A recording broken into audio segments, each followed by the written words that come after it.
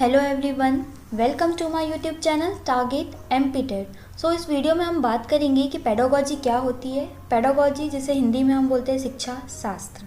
और इस वीडियो से हम स्टार्ट करने जा रहे हैं सोशल स्टडीज़ मतलब सामाजिक अध्ययन की सब्जेक्ट वाइज पेडागोजी। तो आइए हम देखते हैं। So what is pedagogy. सबसे पहले हम इसकी डेफिनेशन देख लेते हैं। Pedagogy is often described as the act of teaching.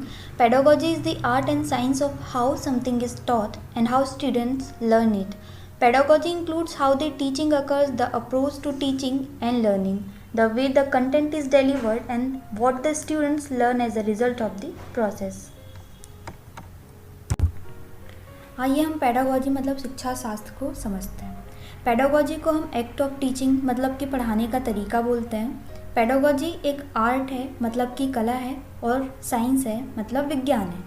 Pedagogy is nothing but a way of teaching मतलब कि एक तरीका है पढ़ाने का, क्योंकि हम सब जानते हैं कोई दो इंसान सेम नहीं होता है। वैसे ही कोई दो डिफरेंट टीचर सेम तरीके से नहीं पढ़ा सकते। सबका अपना वे होता है पढ़ाने का, बोलने का और चीज़ें एक्सप्लेन करने का। इसी पढ़ाने के तरीके को इंग्लिश में हम पेडागोजी और हिंदी में शिक्षा शास्त्र कहते हैं, क्योंकि टीचर पढ़ाएगा तभी स्टूडेंट कुछ नॉलेज गेन करेगा ना।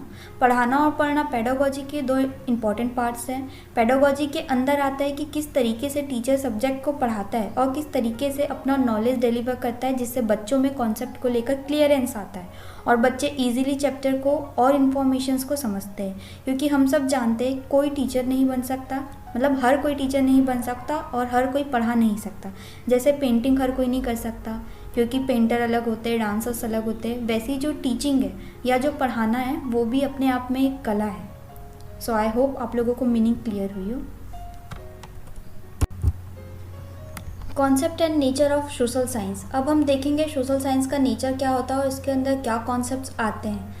First, the concept and nature of the social science is dynamic. Dynamic है मतलब परिवर्तनशील है, स्टैटिक नहीं है, मतलब एक जैसे नहीं रहता है। टाइम टू टाइम चीज़ें चेंज होती रहती है। क्योंकि अगर हम बात करें ओल्ड एज टाइम की, तो मोस्टली चीज़ों को हम उस टाइम पर हाथों से किया करते थे, और आज मॉडर्न एज में हम चीज़ों को मशीन्स के थ्रू करते हैं। तो हम बोल सकते हैं कि जो टाइम है वो एक जैसे नहीं रहता है और चेंज होते रहता है। इसलिए सोशल साइंस का जो नेचर है वो डायनामिक है। Second, it includes the scientific and logical thinking in teaching learning process.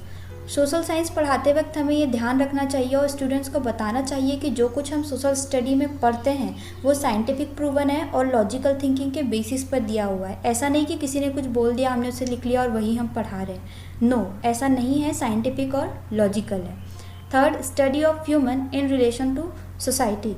Social science study है human in relation to society कि किस तरीके से हर इंडिविजुअल डिपेंडेंट है सोसाइटी पर, क्योंकि विदाउट सोसाइटी हम कुछ भी नहीं है। Fourth point, social science develops the knowledge structure, relevant understanding and also develops desirable attitudes in learners. Social science जब हम पढ़ाते हैं तो स्टूडेंट इन्फॉर्मेशन गैदर करता है और अपने ओल्ड जो उसने इधर उधर से सुन रखा है और न्यू इन्फॉर्मेशन जो उसने टीचर से गेन किया है, वो दोनों इन्फॉर्मेशंस को माइंड में क्रिएट करता है, दोनों को मिलाकर एक न्यू कॉन्सेप्ट बनाता है, जिससे उसके एटीट्यूड्स में चेंज आता है, क्योंकि वो चीज़ों को बेहतर तरीके से समझ पा रहा है और ऑब्जर्व कर पा रहा है। आई होप क्लियर हुआ हो। It is a study of society which includes all aspects. Social science जो है वो स्टडी है सोसाइटी मतलब समाज की, और इसके अंदर अगर हम सोसाइटी की बात कर रहे हैं मतलब कि सब कुछ इसके अंदर आ जाएगा। Combination of both art and science. इसके पहले ही हमने बात किया कि किस तरीके से कॉम्बिनेशन है आर्ट और साइंस का। इसका जो सब्जेक्ट मेथड है वो है सोशल, मतलब समाज की हम बात करेंगे इसमें, और स्टडी मेथड मतलब किस तरीके से हम उसको स्टडी करते हैं, तो वो है साइंटिफिक, विज्ञान के थ्रू ही हम चीज़ों को इसमें स्टडी करते हैं।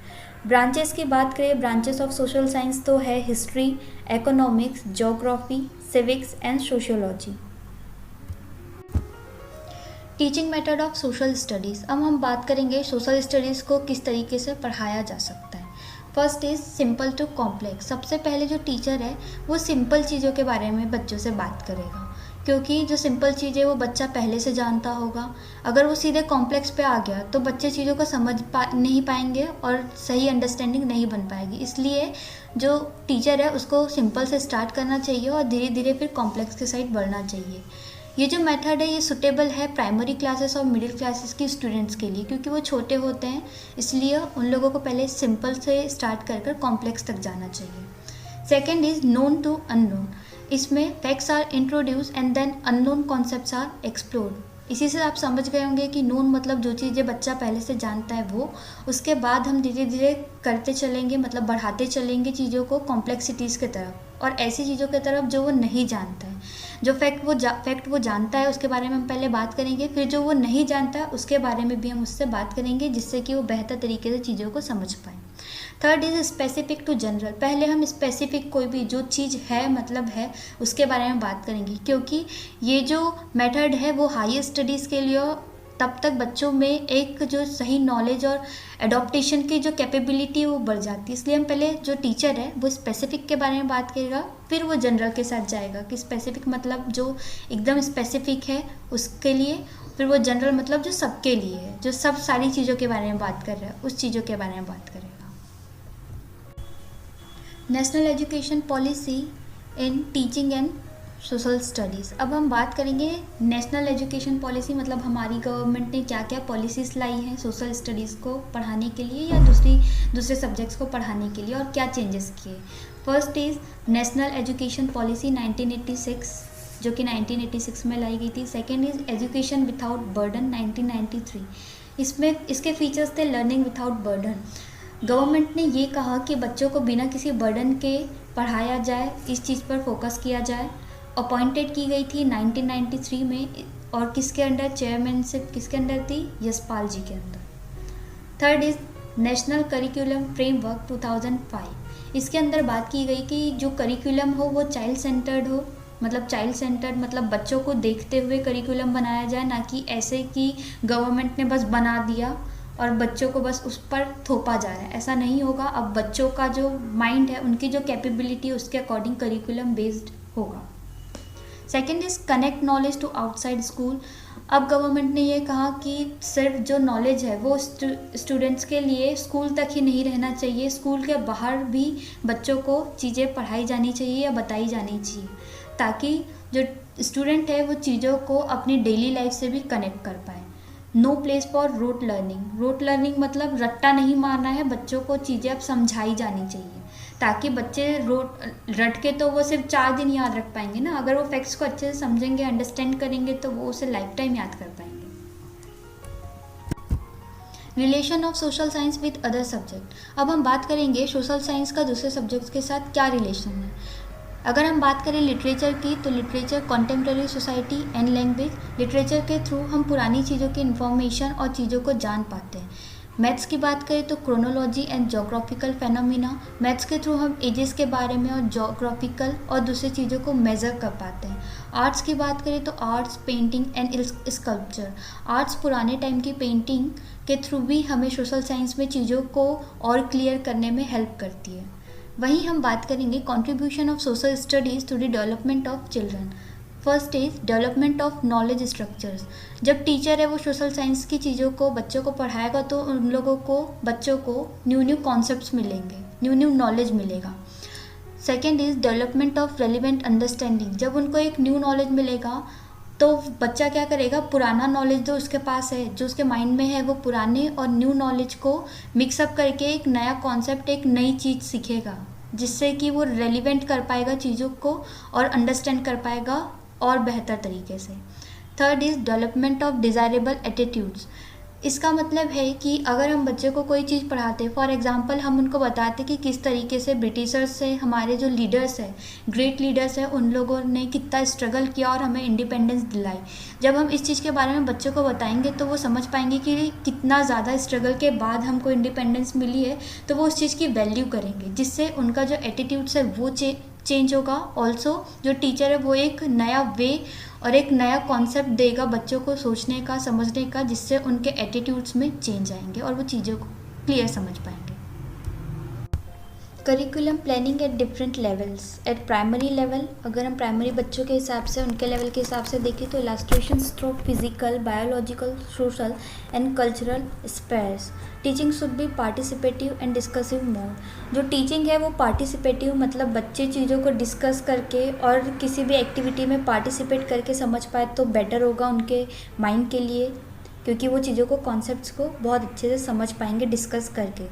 At middle level, history, geography, political science and economics are subject in it. Problem of contemporary India should be discussed. Content should be related to children's everyday life. Middle level में हमको बात करना चाहिए contemporary India में क्या क्या problems है जिसके लिए बच्चा कुछ कर सकता है या वो उन चीज़ों के बारे में क्या सॉल्यूशन दे सकता है, इसके तरफ भी हमें सोचना चाहिए। तो जो टीचर है उसको प्रॉब्लम्स के बारे में डिस्कस करना चाहिए बच्चों से। ऑल्सो जो कंटेंट है वो बच्चों के एवरीडे लाइफ से रिलेटेड हो तो ज़्यादा अच्छा होगा, क्योंकि बच्चे अपने रियल लाइफ में भी चीज़ों को अडॉप्ट कर पाएंगे और चीज़ों को यूज़ कर पाएंगे। वहीं अगर हम बात करें हायर स्टडीज़ की, हायर लेवल पे, तो matter of choice and vocational skills should be add in the curriculum. Obviously higher level पर तो हम कुछ भी चीज़ों को ऐसे ही याद नहीं रखेंगे, क्योंकि हमें अब ज़रूरत होगी अपने स्किल्स की, वोकेशनल स्किल्स की, जिसके थ्रू हम आगे चल के जॉब कर पाए या ऐसा कुछ कर पाए जिसके थ्रू हम अपने लिवलीहुड के लिए कुछ कर पाए। तो इसलिए जो करिकुलम है वो वोकेशनल स्किल्स पर बेस्ड होना चाहिए। Some questions related to this topics, जो हमने पढ़ा अब उसके ऊपर से हम कुछ क्वेश्चंस देख लेते हैं कि किस टाइप का हमारे एग्जाम में पूछा जाएगा। So first is, why is the study of social science scientific. Social science की जो स्टडी है उसे हम साइंटिफिक क्यों कहते हैं। First is, it uses scientific terms in its content. Second, it fulfils the demand for calling social studies as science. Third, it comprises systematically acquired verified knowledge. और D is helps reader to study scientific society. तो answer is C. It comprises systematically acquired verified knowledge. जैसे कि हमने बात किया था कि इसकी जो स्टडी है वो साइंटिफिक है, ऐसा नहीं है कि किसी ने कुछ बोल दिया हमने लिख लिया और वही चीज़ हम आगे बता रहे हैं। ये पूरी तरीके से साइंटिफिकली प्रूवन होता है। Second question, the content of the social science should aim at A. Making students familiar with the happening in the world around. B. Raising students' awareness through critically exploring and questioning of familiar social reality. C. Inculcating nationalism in students. D. Imparting knowledge about developed countries. Question था social science का जो M है वो क्या है, social science क्यों पढ़ाया जाना चाहिए। तो इसका आंसर है बी, राइजिंग स्टूडेंट्स अवेयरनेस दो critically exploring and questioning of familiar social reality, कि बच्चों के अंदर अवेयरनेस आएगी कि किस तरीके से वो अपने आसपास की चीज़ों को एक्सप्लोर कर पाएगा और क्वेश्चन कर पाएगा सोशल रियलिटीज़ पर, कि क्या प्रॉब्लम्स है, उसका क्या सॉल्यूशंस होना चाहिए और बेटर अंडरस्टैंड कर पाएगा। तो ये सोशल साइंस का मेन एम है। Third, which ocean has 1/3 of land surface in the world? Indian Ocean, Arctic Ocean, Pacific Ocean, Atlantic Ocean. Answer is C, Pacific Ocean. ये जो क्वेश्चन है ये रिलेटेड है किससे, 1/3, मतलब इसने मैथ्स की बात करी। कुछ स्लाइड्स पहले हमने देखा था कि किस तरीके से सोशल स्टडीज़ का दूसरे सब्जेक्ट के साथ रिलेशन है, तो ये क्वेश्चन उस क्वेश्चन के अंदर आ सकता है। Fourth is, to maintain interest in a class or a lecture, the teacher should ask questions, tell a joke, tell interesting short stories, discuss current affairs.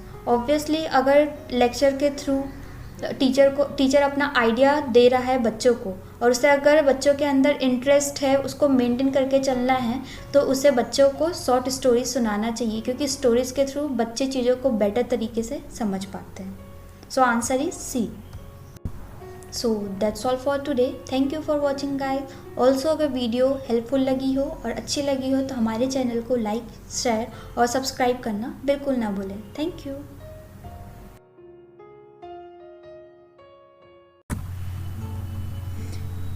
Hello everyone, welcome to my YouTube channel target MPTET. So इसके पहले वाली videos हमने start किया है social science की pedagogy और chapter wise हम इसकी समरी देख रहे हैं। आज का टॉपिक होगा classroom processes, activities and discourse. Topic से ही आप समझते हैं कि क्लासरूम में क्या क्या चीज़ें की जाती है, क्या ऐसी एक्टिविटीज़ है, क्या डिस्कोर्स होने चाहिए जिससे स्टूडेंट को एक बेटर कॉन्सेप्ट मिल पाए। तो आइए देखते हैं। Classroom meaning, objectives and process. अब हम देखेंगे क्लासरूम में क्या क्या चीज़ें होती है, क्या प्रोसेस होती है जिसके थ्रू स्टूडेंट्स में कॉन्सेप्ट को क्लियर किया जाता है। So to develop skill of social objectives are, first is to develop skill of social coexistence among learners. Learners है मतलब कि जो स्टूडेंट्स हैं उनको हम सिखाएंगे कि जब आप सोसाइटी में निकलेंगे तो उनके साथ आप कैसे को एग्जिस्ट करेंगे, कैसे चीज़ों को सीखेंगे और कैसे बिहेव करेंगे। Second, to develop sense of belongingness among learners. Belongingness मतलब अपनेपन। अगर कोई भी स्टूडेंट चीज़ों को अपनेपन के साथ देखेगा तो वो बेटर चीज़ों को करेगा और बेटर तरीके से चीज़ों को समझेगा। Third, to prepare accountable citizens for future. आने वाले फ्यूचर के लिए हम बच्चे को प्रिपेयर कर रहे हैं ताकि वो अपने कंट्री के लिए एक अच्छे सिटीज़न के तौर पर निकले। Fourth, to develop life skills among learners. Students को हम सिखा रहे हैं कि वो कैसे लाइफ में प्रोग्रेस करेगा, किस तरीके से उसको बिहेव करना चाहिए। टोटल हम बोल सकते हैं कि जो उसका, जब आप एक स्टूडेंट को स्कूल में लाकर छोड़ते हैं तो वो अपने सिर्फ एटमॉस्फेयर से चीज़ों को गैदर किया हुआ होता है। जब वो स्कूल में आता है तो वो डिसिप्लिन सीखता है, वो मैनर्स सीखता है, क्योंकि टीचर उसको एक एटमॉस्फेयर क्रिएट करता है, उसमें वो स्टूडेंट को एक तरीके से सारी लाइफ स्किल्स कैसी होनी चाहिए, किस तरीके से ट्रीट करना चाहिए, किस तरीके से बिहेव करना चाहिए और दूसरी चीज़ें जो है जो स्टूडेंट के लिए बहुत इंपॉर्टेंट है वो चीज़ें वो स्कूल में सीखता है। तो this are the objectives and process of classroom. So classroom के लिए जो 3 चीज़ें हैं जो इम्पॉर्टेंट है वो है टीचर बिहेवियर, स्टूडेंट बिहेवियर और अदर प्रोसेस जो क्लास में होती है। फर्स्ट हम देखेंगे टीचर बिहेवियर। तो टीचर का बिहेवियर कैसा होना चाहिए। सबसे पहले तो जो टीचर होगा वो प्लानिंग करेगा कि उसे किस तरीके से एटमॉस्फेयर क्रिएट करना है, किस तरीके से स्टूडेंट्स को जो उनकी टेक्स्ट बुक है वो समझ पाए, उसके लिए उनको कैसे लेसन प्लान करना है। तो सबसे इम्पॉर्टेंट होता है प्लानिंग। Second is instructions. जो टीचर है वो स्टूडेंट्स को इंस्ट्रक्ट करेगा हर एक चीज़ के लिए, कैसे पढ़ना है, कैसे लिखना है, किस तरीके से सारी चीज़ें करनी है, एग्ज़ाम में हो या रियल लाइफ में हो, तो वो काइंड ऑफ इंस्ट्रक्शंस दे रहा है स्टूडेंट्स को। Third is management. टीचर जो है क्लास में ऑब्वियसली कितने सारे टाइप्स के अलग अलग बच्चे होते हैं, अगर वो सही तरीके से मैनेज नहीं कर पाएगा स्टूडेंट्स को तो कोई मतलब नहीं है, क्योंकि टीचर का मेन काम तो वही है कि वो किस तरीके से सारे पीयर्स के बीच में जो बिलोंगिंगनेस है वो सारी चीज़ों को समझ पाए, स्टूडेंट्स को समझा पाए और मैनेज कर पाए इतने सारे स्टूडेंट्स को एक साथ और सही तरीके से बच्चों को गाइड कर पाए। तो दिस आर दी 3 प्रिंसिपल्स जो कि टीचर्स के बिहेवियर में इम्पॉर्टेंट होनी चाहिए क्लासरूम में गाइड करते वक्त, प्लानिंग, इंस्ट्रक्शंस एंड मैनेजमेंट।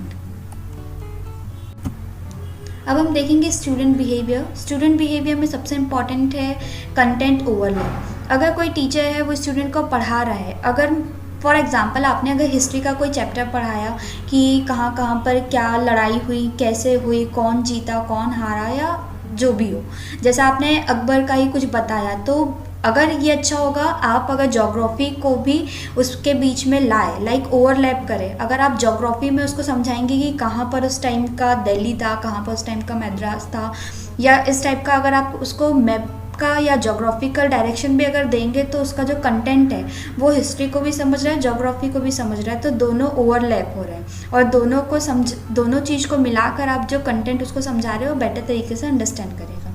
तो कंटेंट ओवरलैप जो है ये हमने देखा।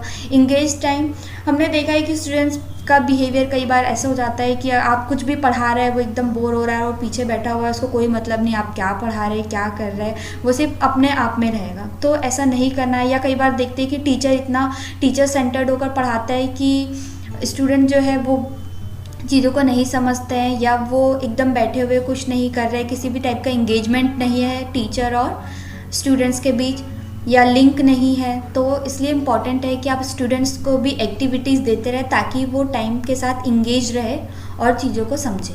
सक्सेस तो ऑब्वियसली जब कोई भी टीचर, ये तो फीडबैक हुआ ना, अगर कोई टीचर कुछ पढ़ाया उसके बाद जब स्टूडेंट उस चीज़ को समझ लेता है अच्छे से तो ऑब्वियसली समझ कर अगर वो एग्ज़ाम में उसको लिख रहा है या वो अपने रियल लाइफ में चीज़ों को अडॉप्ट कर रहा है तो वो टीचर की भी सक्सेस है, स्टूडेंट की भी सक्सेस है।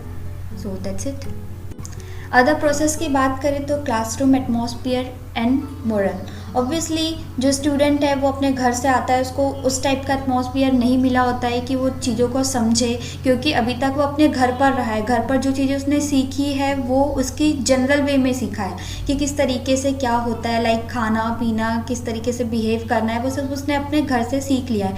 लेकिन जब वो स्कूल में आता है तो आप उसको उसके एटमॉस्फेयर के साथ, उसको अगर अपने फैमिली के बाहर वो जा रहा है तो उसको किस तरीके से बिहेव करना है, क्या डिसिप्लिन्स होने चाहिए, क्या मोरल्स होने चाहिए, क्या एथिक्स होने चाहिए, वो आप उसको समझाने की कोशिश करेंगे। वो किसी भी वे में हो सकता है, खेल खेल में समझा सकते हैं, स्टोरी के थ्रू समझा सकते हैं, बट आप उसको एक एटमॉस्फेयर देंगे जिसमें कि चाइल्ड अपने आप को बेटर तरीके से समझ पाए और अपने आप को रिप्रेजेंट कर पाए सोसाइटी में। Second is opportunity given to student to engage in leadership role. Leadership roles मतलब आप उसको मॉनिटर बनाएंगे या क्लास मॉनिटर बनाएंगे, या आप उसको बोलेंगे कि जाओ आपको जाकर वहाँ पर गाइड करना है, या आप वहाँ पर जाकर लेक्चर देंगे या किसी चीज़ को प्रेजेंट करेंगे। तो ये अपॉर्चुनिटीज़ हुई स्टूडेंट के लिए ताकि वो चीज़ों को समझे और डील करना सीखे, क्योंकि कई बच्चे होते हैं जिनको डर लग रहा होता है सामने जाकर बोलने में। अगर आप उसको वो मौका ही नहीं देंगे तो स्टूडेंट कैसे इंगेज होगा या किस तरीके से उस चीज़ को समझेगा। इसलिए बेटर है कि आप टाइम टू टाइम उनको लीडरशिप रोल्स भी देते रहें और मोरल्स भी समझाएं। So that's it.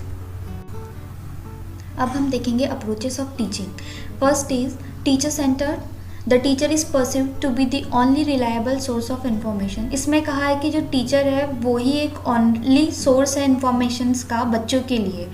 Obviously teacher तो है ही, क्योंकि वो टेक्स्ट बुक पढ़ रहा है, वो बच्चों को समझाने की कोशिश कर रहा है, तो कहीं ना कहीं ये चीज़ सही है। Learner centred. The belief is that learner is also an important source of information. Obviously ऐसा नहीं है कि टीचर को हर चीज़ आती है, ऑब्वियसली उसे चीज़ें आती है, लेकिन अगर वो लर्नर्स का या स्टूडेंट्स का भी एक्सपीरियंस अगर वो सुन ले या लर्नर्स के पॉइंट ऑफ व्यू को भी अगर वो जान ले तो बेटर होगा, दोनों के लिए हो सकता है। कई बार हमने देखा है कि हम बोलते हैं कि आप किसी से भी कुछ भी सीख सकते हैं, तो इसमें भी हमने देखा कि जो लर्नर है वो भी सोर्स ऑफ इन्फॉर्मेशन होते कहीं ना कहीं। सब्जेक्ट मैटर सेंटर्ड की बात करेंगे तो obviously subject matter is more important than any other thing. तो ऑब्वियसली ये तो है ही कि सब्जेक्ट मैटर इंपॉर्टेंट होता है, लेकिन ऐसा नहीं है कि सब्जेक्ट मैटर ही सब कुछ होता है, या आप एकदम बिल्कुल सब्जेक्ट के इर्द गिर्द ही घूम रहे हैं, आप कोई भी एक्सपीरियंस या कोई भी ऐसी चीज़ें नहीं बता रहे जिससे स्टूडेंट उसको रियल लाइफ से कनेक्ट कर पाए।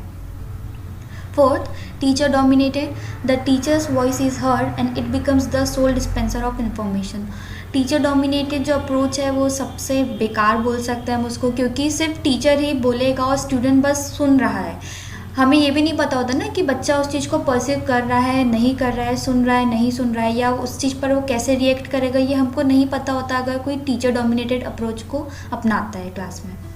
Fifth is interactive approach. ये सबसे अच्छी अप्रोच है, इंटरेक्शन वाली। Student are given the opportunity to interact with teacher and other student. Obviously जब आप इंटरेक्ट करने का मौका देंगे बच्चों को तो वो टीचर के साथ भी एक बॉन्डिंग बना पाएगा, स्टूडेंट के साथ भी बना पाएगा, तो वो चीज़ों को समझ भी पाएगा और समझा भी पाएगा। तो ये अप्रोच सबसे इम्पॉर्टेंट और सबसे अच्छी अप्रोच है।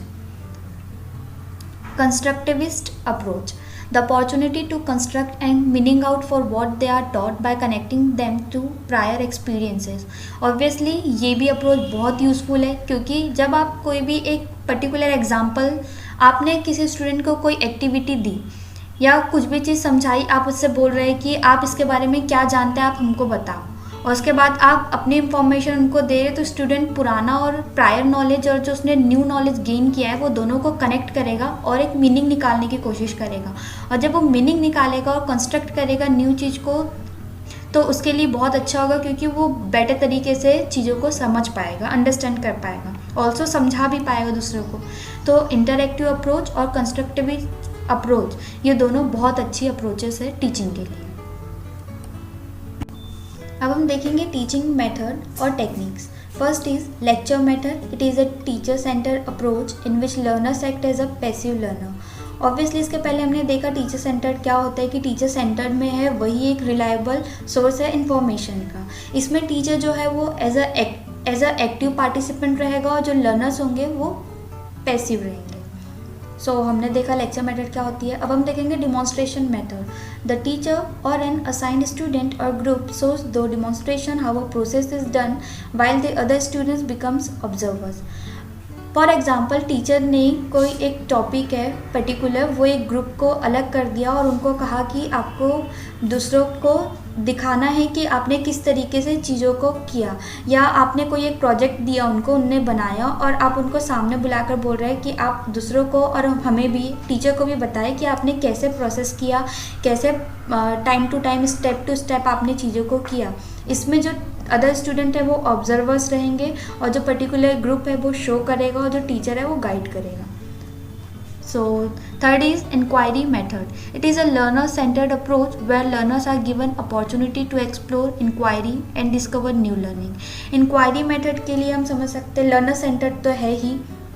अब फॉर एग्ज़ाम्पल टीचर ने स्टूडेंट को बोला कि आप जाइए और सीड होता है ना, बीज, आप बीज लीजिए, उसको उगाइए और उसको बताइएगा कि कितने दिन में आपका जो पेड़ है या पौधा है वो बड़ा हो रहा है, किस तरीके से बड़ा हो रहा है, आपने क्या चीज़ें किया. तो इसमें क्या होगा, स्टूडेंट्स अब जाकर वो चीज़ों को प्रैक्टिकली वो चीज़ करेंगे.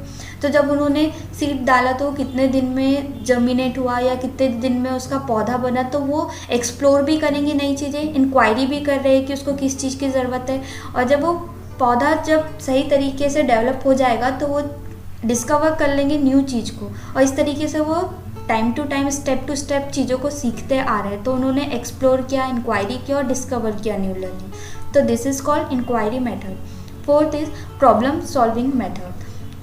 This is the most scientific method in searching for information. Problem solving obviously जब अगर किसी स्टूडेंट ने काफ़ी सारी चीज़ें डेवलप कर ली या किसी कॉन्सेप्ट को समझा, उसमें अगर उसको प्रॉब्लम है तो वो सर्च करेगा इन्फॉर्मेशन को और डीप समझने की कोशिश करेगा कि उसने गलती कहाँ पर की या क्या ऐसी प्रॉब्लम है जिसकी वजह से उसका जो कॉन्सेप्ट है वो क्लियर नहीं हो पा रहा है. इसमें वो टीचर की भी हेल्प ले सकता है. So this is problem solving method. अब हम देखेंगे activities inside the classroom. Classroom के अंदर क्या एक्टिविटीज़ है जिसके थ्रू आप स्टूडेंट के साथ इंटरेक्ट कर सकते हैं, स्टूडेंट को चीज़ें समझा सकते हैं. First is verbal question, second case study, cooperative learning, group processing, learning conversations relating theory to practical modelling and modelling. Verbal question से हम समझ सकते हैं कि जो टीचर है अगर उसने एक चैप्टर पढ़ा दिया तो वो स्टूडेंट से पूछेगा कि आप बताइए आपने क्या समझा, मोरल ऑफ द स्टोरी क्या निकली, क्या चीज़ें हो सकती है. तो पहला तो ये हो गया. केस स्टडी, ऑब्वियसली आप जैसे उसने आपने उनको बोला कि आप न्यूज़पेपर लीजिए और आप उनमें देखिए कि किस टाइप की न्यूज़ आ रही हैं, क्या चीज़ें चल रही है, तो उसमें वो चीज़ों को समझ भी रहा है, चीज़ों को न्यू तरीके से रिप्रेजेंट करने की कोशिश भी कर रहा है. तो ये केस स्टडी हो गया. कोऑपरेटिव लर्निंग, इसमें टीचर, अदर पीयर्स, सारे लोग मिलकर, स्टूडेंट्स मिलकर, टीचर और स्टूडेंट मिलकर कोऑपरेट करेंगे एक दूसरे को. टीचर को समझाएगा, बच्चे समझने की कोशिश करेंगे, बच्चे कुछ रिप्रेजेंट करेंगे, टीचर उनको समझने की कोशिश करेगा. तो ये कोऑपरेटिव लर्निंग है. ग्रुप प्रोसेसिंग होती है, लाइक टीचर ने 2 ग्रुप को डिस्ट्रीब्यूट कर दिया और रिप्रेजेंट करने के लिए उनको कोई भी एक टॉपिक दे दिया कि आप प्रेजेंट करिए कि किस तरीके से आपने चीज़ों को समझा. सेकंड ग्रुप जो है उसको ऑब्जर्व करेगा, सेकंड ग्रुप कुछ चीज़ों को समझा रहा है तो फर्स्ट ग्रुप जो है वो उस चीज़ों को ऑब्जर्व करेगा. तो ये ग्रुप प्रोसेसिंग हो गई. Fifth is learning conversations. जब आप क्लास में हैं तो आपको एक टॉपिक या डिबेट टाइप का चीज़ें करवा सकते हैं जिससे कि जो स्टूडेंट है वो कॉन्वर्जेशंस करे. फॉर एग्जांपल आप कोई लैंग्वेज सिखा रहे हैं तो लैंग्वेज सिखाने के लिए आप सिर्फ उसको ग्रामेटिकली प्रोसेस सिखा दिया और उसके बाद आप बोल रहे हैं कि वो सब कुछ सीख जाता है, ऐसा नहीं है. उसके लिए आपको उनके लिए एटमॉस्फेयर क्रिएट करना होगा. तो इसके लिए आप उनको बोलेंगे कि आप लोग अब क्लास में सिर्फ इंग्लिश में बात करेंगे या जो भी आपकी कोई टारगेट लैंग्वेज है उसमें. तो ये हो गया लर्निंग कॉन्वर्जेशंस, उनके बीच करवाएंगे.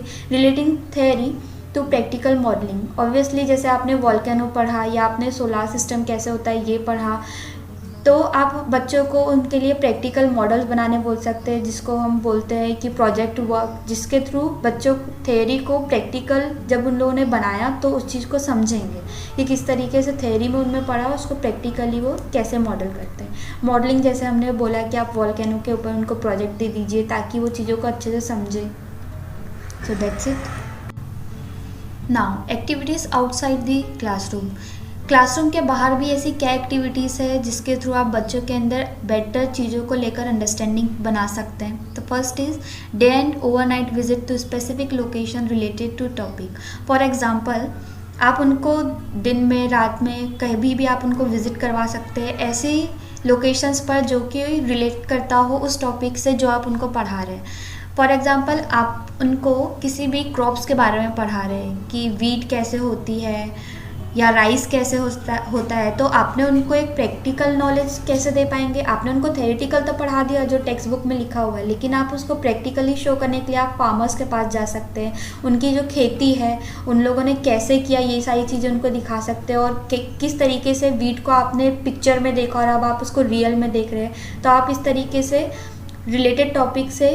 रिलेटेड टॉपिक को लेकर लोकेशंस पर जाकर बच्चों को विजिट करवा के चीज़ें समझा सकते हैं या सिखा सकते हैं। फील्ड ट्रिप्स एंड सर्वे, जैसे हमने अभी बात किया, फील्ड ट्रिप्स कर सकते हैं, आपको जिस भी चीज़ को समझानी है, जैसे आप सिल्क कैसे बनता है ये सारी चीज़ों को लेकर समझानी है तो आप वहाँ पर जा सकते हैं जहाँ पर चीज़ें बनती हो, सर्वेस करवा सकते हैं। फॉर एग्ज़ाम्पल, हमने देखा है कि अभी बहुत ज़्यादा बीच में पोलियो कैंपेन चल रहा था कि पोलियो को रोकना है, तो आप उसमें सर्विस करवा सकते हैं बच्चे से कि उनके घर के आसपास कितने बच्चे जो पोलियो से ग्रसित है या किस टाइप की चीज़ें हो रही है। तो इस तरीके से बच्चों में जो इंटरेक्शन की जो कैपेसिटी है वो बढ़ेगी, वो इंटरेक्ट करेंगे तो सोसाइटी में वो कैसे किस तरीके से बिहेव करेंगे वो सीखेंगे। स्पोर्टिंग इवेंट्स, तो ऑब्वियसली इवेंट्स स्पोर्ट्स के आप ऑर्गेनाइज करवा सकते हैं। It is important to evaluate the impact of learning outside the classroom on improving achievement and also monitor the participants in these activities by the student, because learning outside the classroom is very successful when it is an integral part of long-term curriculum planning and closely related to classroom activities।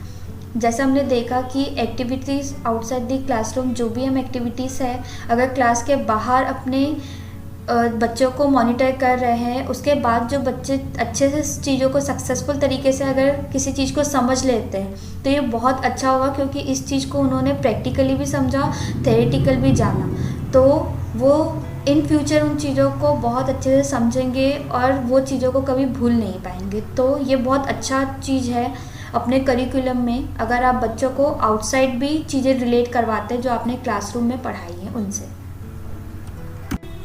अभी तक हमने देखा activities inside the classroom, outside the classroom. अब हम देखेंगे discourse as a method of teaching. The difference between discourse and text is that discourse is a live language while a text is a monument to life. हम सब जानते हैं text तो जो है वो एक बार बन चुका है और उसको टाइम टू टाइम चीज़ें चेंज तो होती रहेंगी, लेकिन टेक्स्ट जो है उसमें कोई लाइफ नहीं है, वो एक सिर्फ आपको पिलर बन के गाइड कर रहा है कि ऐसे ऐसे था, ये था, और आप उस चीज़ों को टेक्स्ट को पढ़ रहे हैं। लेकिन जो डिस्कोर्स है वो लाइव लैंग्वेज है। जब आप टेक्स्ट को पढ़ते हैं उसके बाद जब आप चीज़ों को समझते हो तो हम उसको बोलेंगे ना कि वो एक जीती जागती लैंग्वेज है, जब आप उन चीज़ों को इमेजिनेट कर रहे हैं, चीज़ों को ऑब्जर्व कर रहे हैं। So this is the difference between discourse and text की क्या होता है। The objectives of discourse are, discourse का मेन ऑब्जेक्टिव है कि to make teaching effective, teaching जो है उसको इफेक्टिव बनाना, to encourage human development, human development के थ्रू इंकरेज करना, क्योंकि बच्चा जो है वो क्लासरूम से काफ़ी सारी चीज़ों को सीख रहा है।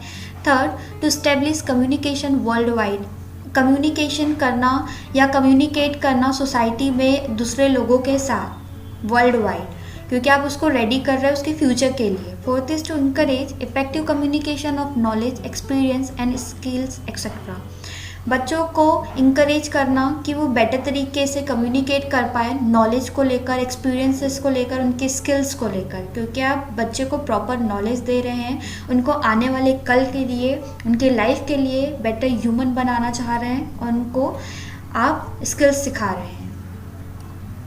अब हम कुछ क्वेश्चंस देख लेते हैं। First is to make classroom teaching more effective every teacher should discuss with colleagues, classroom teaching को इफेक्टिव बनाने के लिए जो टीचर है उसको अपने कलीग्स से क्या डिस्कस करना चाहिए, बच्चों की जो प्रॉब्लम्स है, उनके जो रिस्पॉन्सेस है उनके बारे में बात करनी चाहिए, उन्होंने जिस सब्जेक्ट पर अपना पर्टिकुलर उनका जो सब्जेक्ट है उसके डेवलपमेंट एरिया को लेकर बात करना चाहिए, अपनी राइटिंग्स पब्लिश करवाना चाहिए, इनमें से कोई नहीं। तो the most appropriate answer is to analyse responses of students. तभी तो वो समझ पाएंगे ना बच्चों को समझ आ रहा है नहीं आ रहा है, जब आप उनको एनालाइज करेंगे।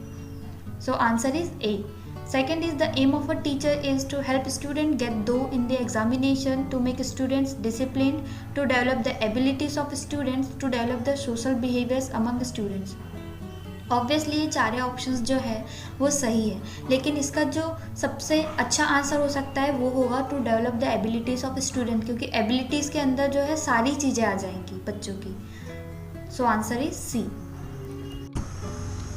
Third, good teaching is best reflected by attendance of students, number of distinctions, meaningful questions asked by student, pin drop silence in the class.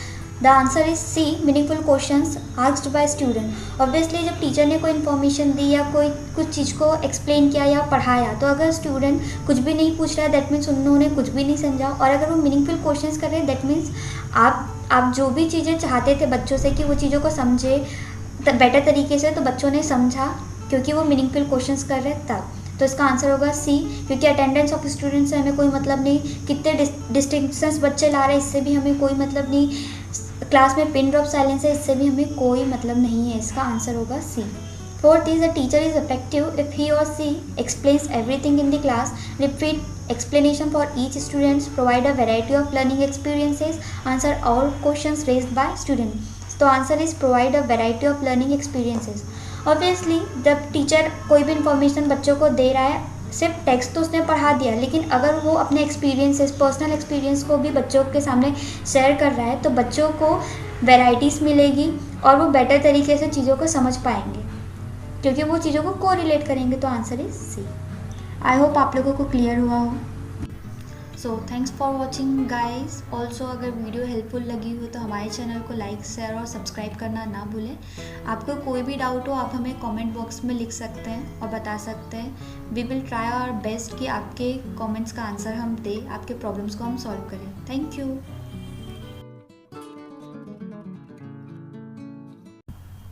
Hello everyone, welcome to my YouTube channel target MP TET. So इसके पहले वाले video में हमने chapter 2 complete किया था। अब हम social science pedagogy का चैप्टर 3, जिसका टॉपिक होगा डेवलपिंग क्रिटिकल थिंकिंग, उसे स्टार्ट करने जा रहे हैं। टॉपिक से ही आप समझते हैं कि किस तरीके से आप क्रिटिकल थिंकिंग बच्चों के अंदर डेवलप करेंगे। तो आइए देखते हैं हम। Now meaning of critical thinking. Critical thinking is required to develop in the learners to be able to judge the environment around them. Critical thinking enables the student to respond to the problem by analyzing it carefully. Critical thinking promotes diverse ideologies in teaching learning process and helps in promoting innovative ideas among the teachers and learners. Critical thinking helps to build an argument on any topic or subject and helps in problem solving. Critical thinking is helpful in identifying the defects of the reading writing process and improving it. सो हमने देखा कि critical thinking की meaning क्या होती है। अब हम देखेंगे हिंदी में से। सो क्या है क्रिटिकल थिंकिंग? दरअसल क्रिटिकल थिंकिंग हमारे सोचने का एक तरीका है जिससे हम एक लॉजिकल और स्वतंत्र सोच के साथ किसी समस्या का उपयुक्त हल निकालते हैं। इसमें हमें अपनी सोच का इस तरह विश्लेषण करना होता है कि हम अपने दिमाग में आए आइडिया को सही रूप दे सके। क्रिटिकल थिंकिंग में अपने सामने की स्थिति की ही हर बारीकी समझते हुए कंप्लीट प्रेजेंस ऑफ माइंड के साथ किसी उचित हल तक पहुंचना क्रिटिकल थिंकिंग होता है।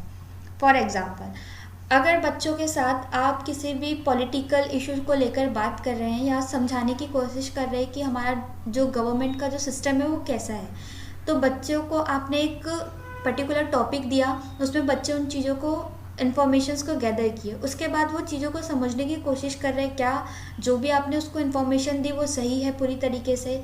वो अपना जो प्रेजेंस ऑफ माइंड है वो कंप्लीट एक जगह पर फोकस करके वो चीज़ों को इवेल्युएट करने की कोशिश कर रहे हैं, क्या वो चीज़ें वो जजमेंट देंगे क्या वो चीज़ें सही थी या वो चीज़ें गलत थी। तो इसे ही आप क्रिटिकल थिंकिंग कहते हैं, जब आप किसी भी चीज़ को अपने तरीके से समझने की कोशिश करते हैं या किसी भी कॉन्सेप्ट को लेकर आप सही कंक्लूजन निकालने की कोशिश करें, उसे हम क्रिटिकल थिंकिंग कहते हैं। उदाहरण के तौर पर आपको अपने सहपाठियों में से ऐसे दोस्त की तलाश करनी है जो कि आपको सही संगत दे सके, क्योंकि हम बोलते हैं ना कि दोस्तों की संगत अच्छी होगी तो बहुत आप अपना जो करियर है आने वाला या आपका जो भी चीज़ें स्किल्स है वो इम्प्रूव होगी। और अगर आपके दोस्त अच्छे नहीं हैं तो ये चीज़ें बहुत मुश्किल होगी, क्योंकि जैसे वो करेंगे आप भी उनको कहीं ना कहीं कॉपी करने की कोशिश करते हैं। ऐसे में अच्छे और बुरे का अंतर करने के लिए आपको दिमागी जागरूकता और समझ का इस्तेमाल करना होगा। ऑब्वियसली जब आप सही तरीके से समझेंगे अपने लिए अच्छा क्या है, आपके लिए बुरा क्या है, इसका डिफरेंस आप पता कर पाएंगे, तभी आप अच्छे दोस्त का जो सिलेक्शन है वो कर पाएंगे। इसके लिए आप सामने वाले लोगों की बोलचाल व उनके शारीरिक हाव भाव का विश्लेषण करें, जिससे आपके दिमाग में उनके लिए एक परसेप्शन यानी अनुभूति हो पाए। ऑब्वियसली जब आप चीज़ों को समझेंगे या उनके शारीरिक हाव भाव या उनका नेचर देखेंगे, उनके वे ऑफ टॉकिंग देखेंगे, उनका बॉडी लैंग्वेज देखेंगे, तो आपके दिमाग में उनके लिए एक परसेप्शन बनेगा, आप उनको जज कर रहे हैं। तो ये भी आप कब करते हैं, जब आप क्रिटिकल थिंकिंग कर रहे होते हैं, आपको पता नहीं होता, बट आपकी जो थिंकिंग है आप उनको एनालाइज कर रहे हैं, परसेप्शन दे रहे हैं या गाइड कर रहे हैं किसी को या जज कर रहे हैं, तो आप किसका यूज़ कर रहे होते हैं उस टाइम पे, क्रिटिकल थिंकिंग का। It is helpful in development of linguistic skill, thinking skill and collaborative learning skills. It helpful in understanding and evaluating arguments and beliefs of other. ये हेल्पफुल होता है दूसरों को समझने में। किसी भी जैसे डिबेट जब हम करवाते हैं तो आप उसमें क्या करते हैं, सामने वाले ने कुछ कहा, आप उसके ऊपर अपना पक्ष दे रहे हैं, अपना पॉइंट ऑफ व्यू बता रहे हैं, तो आप आर्ग्यूमेंट्स में बिलीव करेंगे, उस टाइम पे आर्ग्यूमेंट्स में इंगेज होंगे और दूसरों के बिलीव्स को भी समझने की कोशिश करेंगे। तो ये सारी चीज़ें हम कब करते हैं, जब आप क्रिटिकल थिंकिंग को अच्छे से समझ पाए या आपके अंदर क्रिटिकल थिंकिंग डेवलप हो रही होती है तब। आई होप आप लोगों को क्लियर हुआ हो। Now we will see characteristics of critical thinking. विद्यार्थी जीवन में क्या है क्रिटिकल थिंकिंग का महत्व। क्रिटिकल थिंकिंग आपकी पर्सनैलिटी स्किल्स को और बेहतर बनाती है, इम्प्रूव करती है। जब आप किसी भी स्थिति में स्पष्ट व व्यवस्थित तरीके से सोचना सीख जाते हो तो आप दूसरों के सामने खुद को बेहतरीन तरीके से प्रेजेंट कर सकते हो। ऑब्वियसली अगर आपका कोई कॉन्सेप्ट है वो क्लियर हुआ है तो आप बेटर और बहुत अच्छे तरीके से दूसरे स्टूडेंट्स को या किसी को भी आप रिप्रेजेंट कर सकते हैं अपने आइडियाज़। तो इससे आपकी पर्सनैलिटी स्किल भी डेवलप होती है। It fosters individual ability and versatility. It promotes building of concepts, applications and expansion of ideas. Obviously जब आप किसी कॉन्सेप्ट के बारे में सोचेंगे, अपने न्यू आइडियाज़ को उस पर अप्लाई करने की कोशिश करेंगे कि क्या किस तरीके से आप उसको और बेहतर कर सकते हैं, और जब आप उस तरीके को समझ जाएंगे तो आपको एक न्यू आइडिया मिल जाएगा। आपने अपना खुद का आइडिया जो है वो इनोवेट किया है, तो ये आपके लिए बहुत इंपॉर्टेंट है स्टूडेंट लाइफ में। स्थिति को समझते हुए अपने ज्ञान का इस्तेमाल करना। ऑब्वियसली हर किसी की सोच अलग होती है, हर किसी का वे ऑफ डीलिंग अलग होता है सिचुएशंस को। कई लोग बहुत जल्दी हाइपर हो जाते हैं, कई लोग बहुत काम रहकर चीज़ों को करते हैं। तो ये आपकी क्रिटिकल थिंकिंग और जो पीस ऑफ माइंड है इसके लिए भी इम्पॉर्टेंट है, क्योंकि क्रिटिकल थिंकिंग जो है वो आप यूज़ करेंगे जब भी आपके सामने कोई प्रॉब्लम दी जाएगी, आप उसको सॉल्व करेंगे। आप किस तरीके से उसको करेंगे ये आपकी थिंकिंग पर ही डिपेंड करता है। तो this are the characteristics of critical thinking. आगे हम शायद और देख सकते हैं।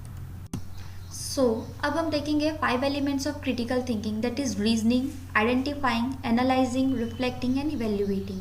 रीजनिंग दैट मीन्स आपने उनको कोई टॉपिक दिया, उसके ऊपर रीजंस ढूंढने की आपने बात करी या किस तरीके से चीज़ें होनी चाहिए वो बच्चों को आप समझाने की कोशिश कर रहे हैं। तब वो क्या करेंगे, आइडेंटिफाई करेंगे कि क्या आपने जो उनको इन्फॉर्मेशन दी वो सही थी, गलत थी। एनालाइज करेंगे किस बेसिस पर, उनके प्रायर नॉलेज और करंट नॉलेज के बेसिस पर। फिर वो जो उन्होंने समझा या जिस कंटेक्स्ट पे वो पहुँचे उस चीज़ों को वो रिफ्लेक्ट करेंगे, दैट इज़ रिफ्लेक्टिंग। और उन सब के बाद जब वो चीज़ों को सही तरीके से समझ पाए और इवेल्युएट कर पाए अपने आप को, अपने सेल्फ के कॉन्सेप्ट को और आइडिया को, तब जाकर आप क्रिटिकल थिंकिंग को बना पाएंगे, डेवलप कर पाएंगे। So this are the 5 element of critical thinking: identifying, analysing, reflecting, evaluating and reasoning. अब हम देखेंगे क्रिटिकल थिंकिंग को हम कहाँ पर यूज़ करते हैं, किस एरियाज़ में यूज़ करते हैं। Critical thinking can be seen और used of the following areas. First is academic performance. हर विद्यार्थी सोचता है कि वह पढ़ाई के दौरान अपनी पूरी सोच व क्षमता का इस्तेमाल कर रहा है, जबकि देखा जाए तो ज़्यादातर मामले में ऐसा नहीं होता। आमतौर पर किसी समस्या का हल निकालने के लिए विद्यार्थी सीधे सीधे सोचते हुए उस समस्या से मिलती जुलती अन्य स्थितियों के अनुसार या याद के उत्तर के मुताबिक किसी नतीजे पे आ जाता है, जबकि रोजाना जीवन में आने वाली समस्याओं को सुलझाने के लिए आपको एक अलग सोच रखनी होती है, क्योंकि न तो आपके पास इन समस्याओं के लिए कोई रटा रटाया जवाब होगा और न ही कोई समान स्थिति होगी। ऐसे में ज़रूरत होगी क्रिटिकल थिंकिंग की। Means student will be able to understand things more clear, also understand the arguments and belief of others. Critically evaluating those arguments and belief of others, develop and defend one's own well-supported arguments and beliefs. Academic performance में कैसे आप critical thinking का use कर रहे हैं? Obviously हम देखते हैं कि हर किसी की लाइफ के स्ट्रगल्स अलग होते हैं, प्रॉब्लम्स अलग होती है, घर में सिचुएशंस अलग होती हैं, माइंड अलग होते हैं, कॉन्सेप्ट्स अलग होते हैं। सो ऐसे हो सकता है ना स्टूडेंट लाइफ में भी कि किसी बच्चे की लाइफ में कोई चीज़ चल रही हो, लाइक उसके फैमिली प्रॉब्लम्स चल रहे हो, वो अपने तरीके से उन चीज़ों को इवेल्युएट करेगा, समझने की कोशिश करेगा कि उसकी फैमिली में जो प्रॉब्लम चल रही है वो किसकी गलती की वजह से हो रही है, या क्या क्या जो इशू है आप उसको किस तरीके से क्लियर कर सकते हैं। तो जो बच्चा है वो अपनी तार्किक शक्ति के अनुसार चीज़ों को समझने की कोशिश कर रहा है। ऑब्वियसली हम देखेंगे कि हर बार हर स्टूडेंट के लिए या हर किसी के लिए जो प्रॉब्लम है वो सेम नहीं होती, हर किसी के लिए उसका सॉल्यूशन सेम नहीं होता। जब बच्चे क्रिटिकली तरीके से या सही तरीके से एनालाइज कर पाएंगे प्रॉब्लम को, तो वो सही उसका सॉल्यूशन भी निकाल पाएंगे। इसलिए जो हम बोलते हैं कि इसलिए हम बोल सकते हैं कि एकेडमिक परफॉर्मेंस में भी बच्चों को तार्किक शक्ति का या क्रिटिकल थिंकिंग का यूज़ कैसे करना चाहिए और कहाँ पर कर सकते हैं।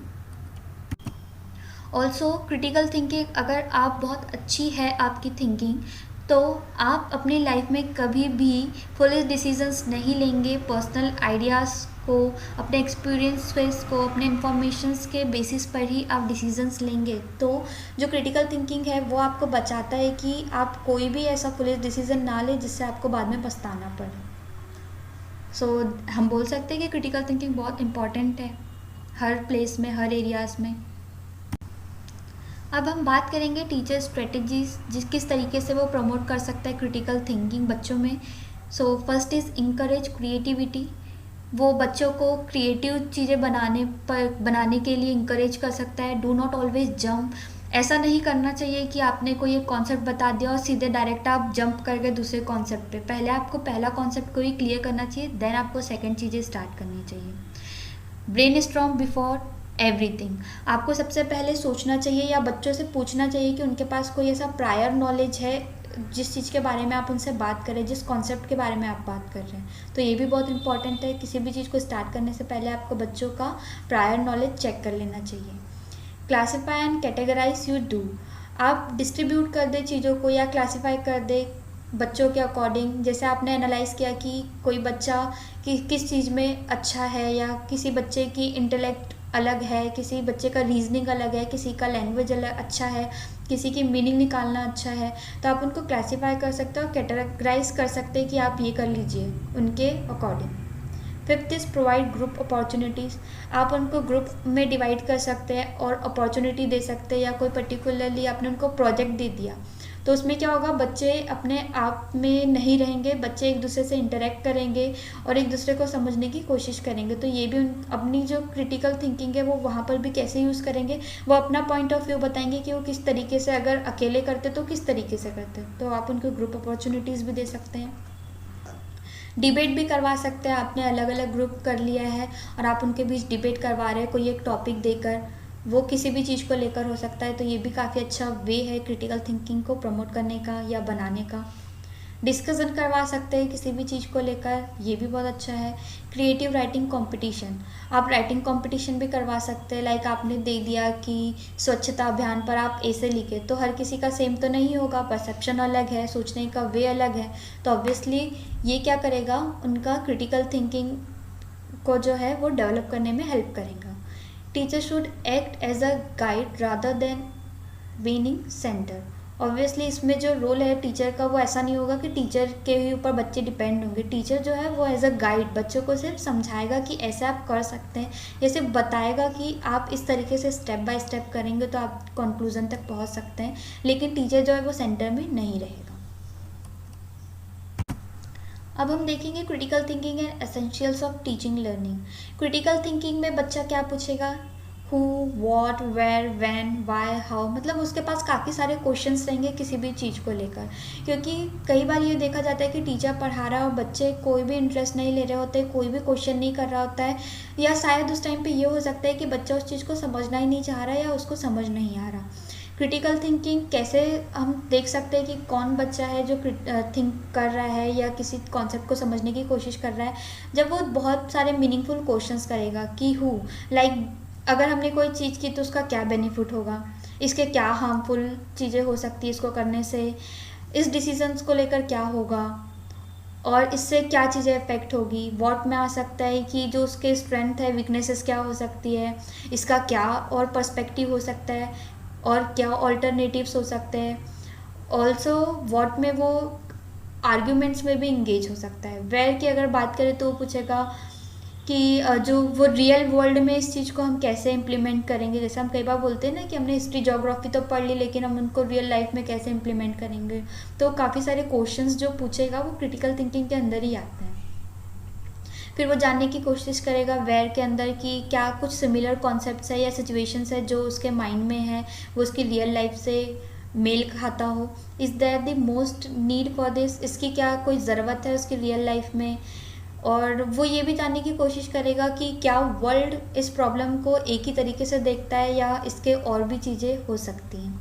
व्हेन में वो जानने की कोशिश करेगा क्या ये एक्सेप्टेबल है, अनएक्सेप्टेबल है जो वो सोच रहा है, इसके हमारी सोसाइटी को लेकर क्या बेनिफिट्स मिल सकते हैं।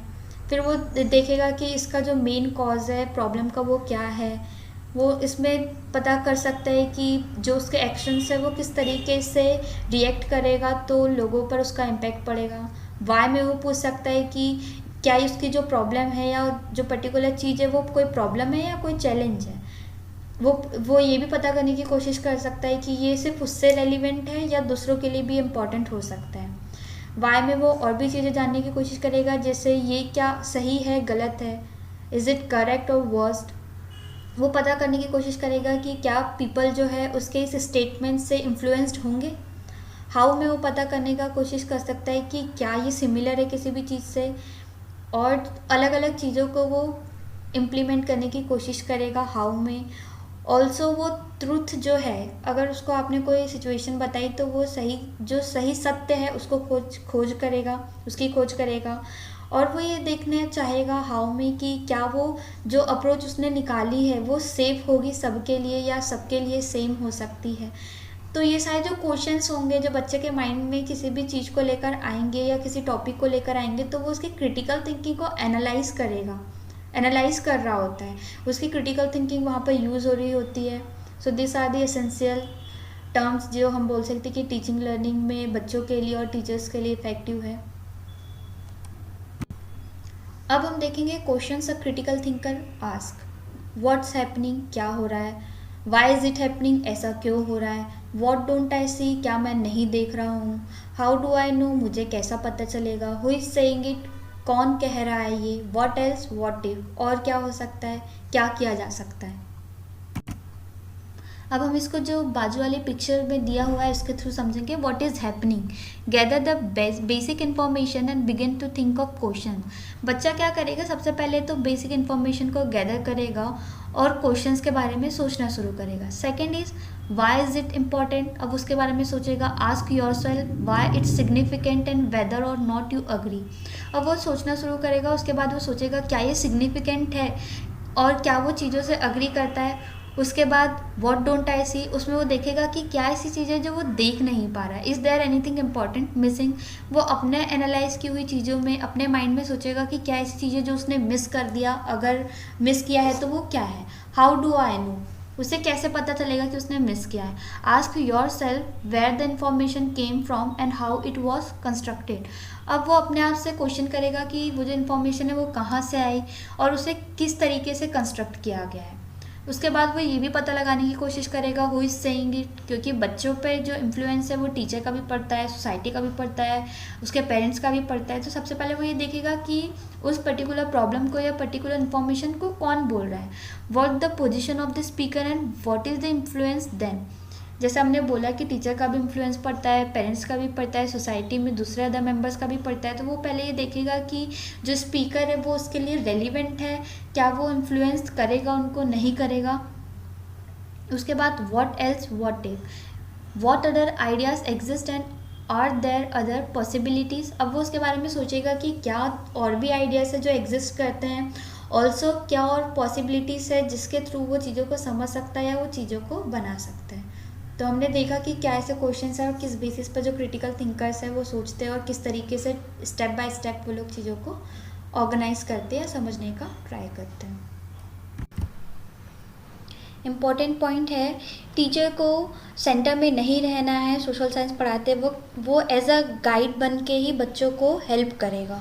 ऑल्सो जो प्रोसेस होगी सोशल साइंस पढ़ाने की वो फ्लेक्सिबल होनी चाहिए ताकि चीज़ें जो है कभी भी चेंज की जा सके, क्योंकि जो सोशल साइंस है वो टाइम टू टाइम ऐसा नहीं है कि वो स्टैटिक है, वो कैसा है, वो चेंज होता रहता है टाइम टू टाइम। काफ़ी सारी चीज़ें ऑल्सो फ्लेक्सिबल हैं, लेकिन आपको भी पढ़ाते वक्त ये चीज़ें याद रहनी चाहिए कि आप कॉन्सेप्ट्स को फ्लेक्सिबल रखें, क्योंकि सोशल साइंस में आप काफ़ी सारे डाइवर्स कल्चर्स के बारे में बात करते हैं, इसलिए आपको इन सारी चीज़ों का ध्यान रखना चाहिए जब आप क्लासरूम में सोशल साइंस पढ़ा रहे हैं। Thank you for watching guys. Also अगर वीडियो हेल्पफुल लगी हो तो हमारे वीडियो को लाइक, शेयर और सब्सक्राइब करना ना भूलें। Thank you.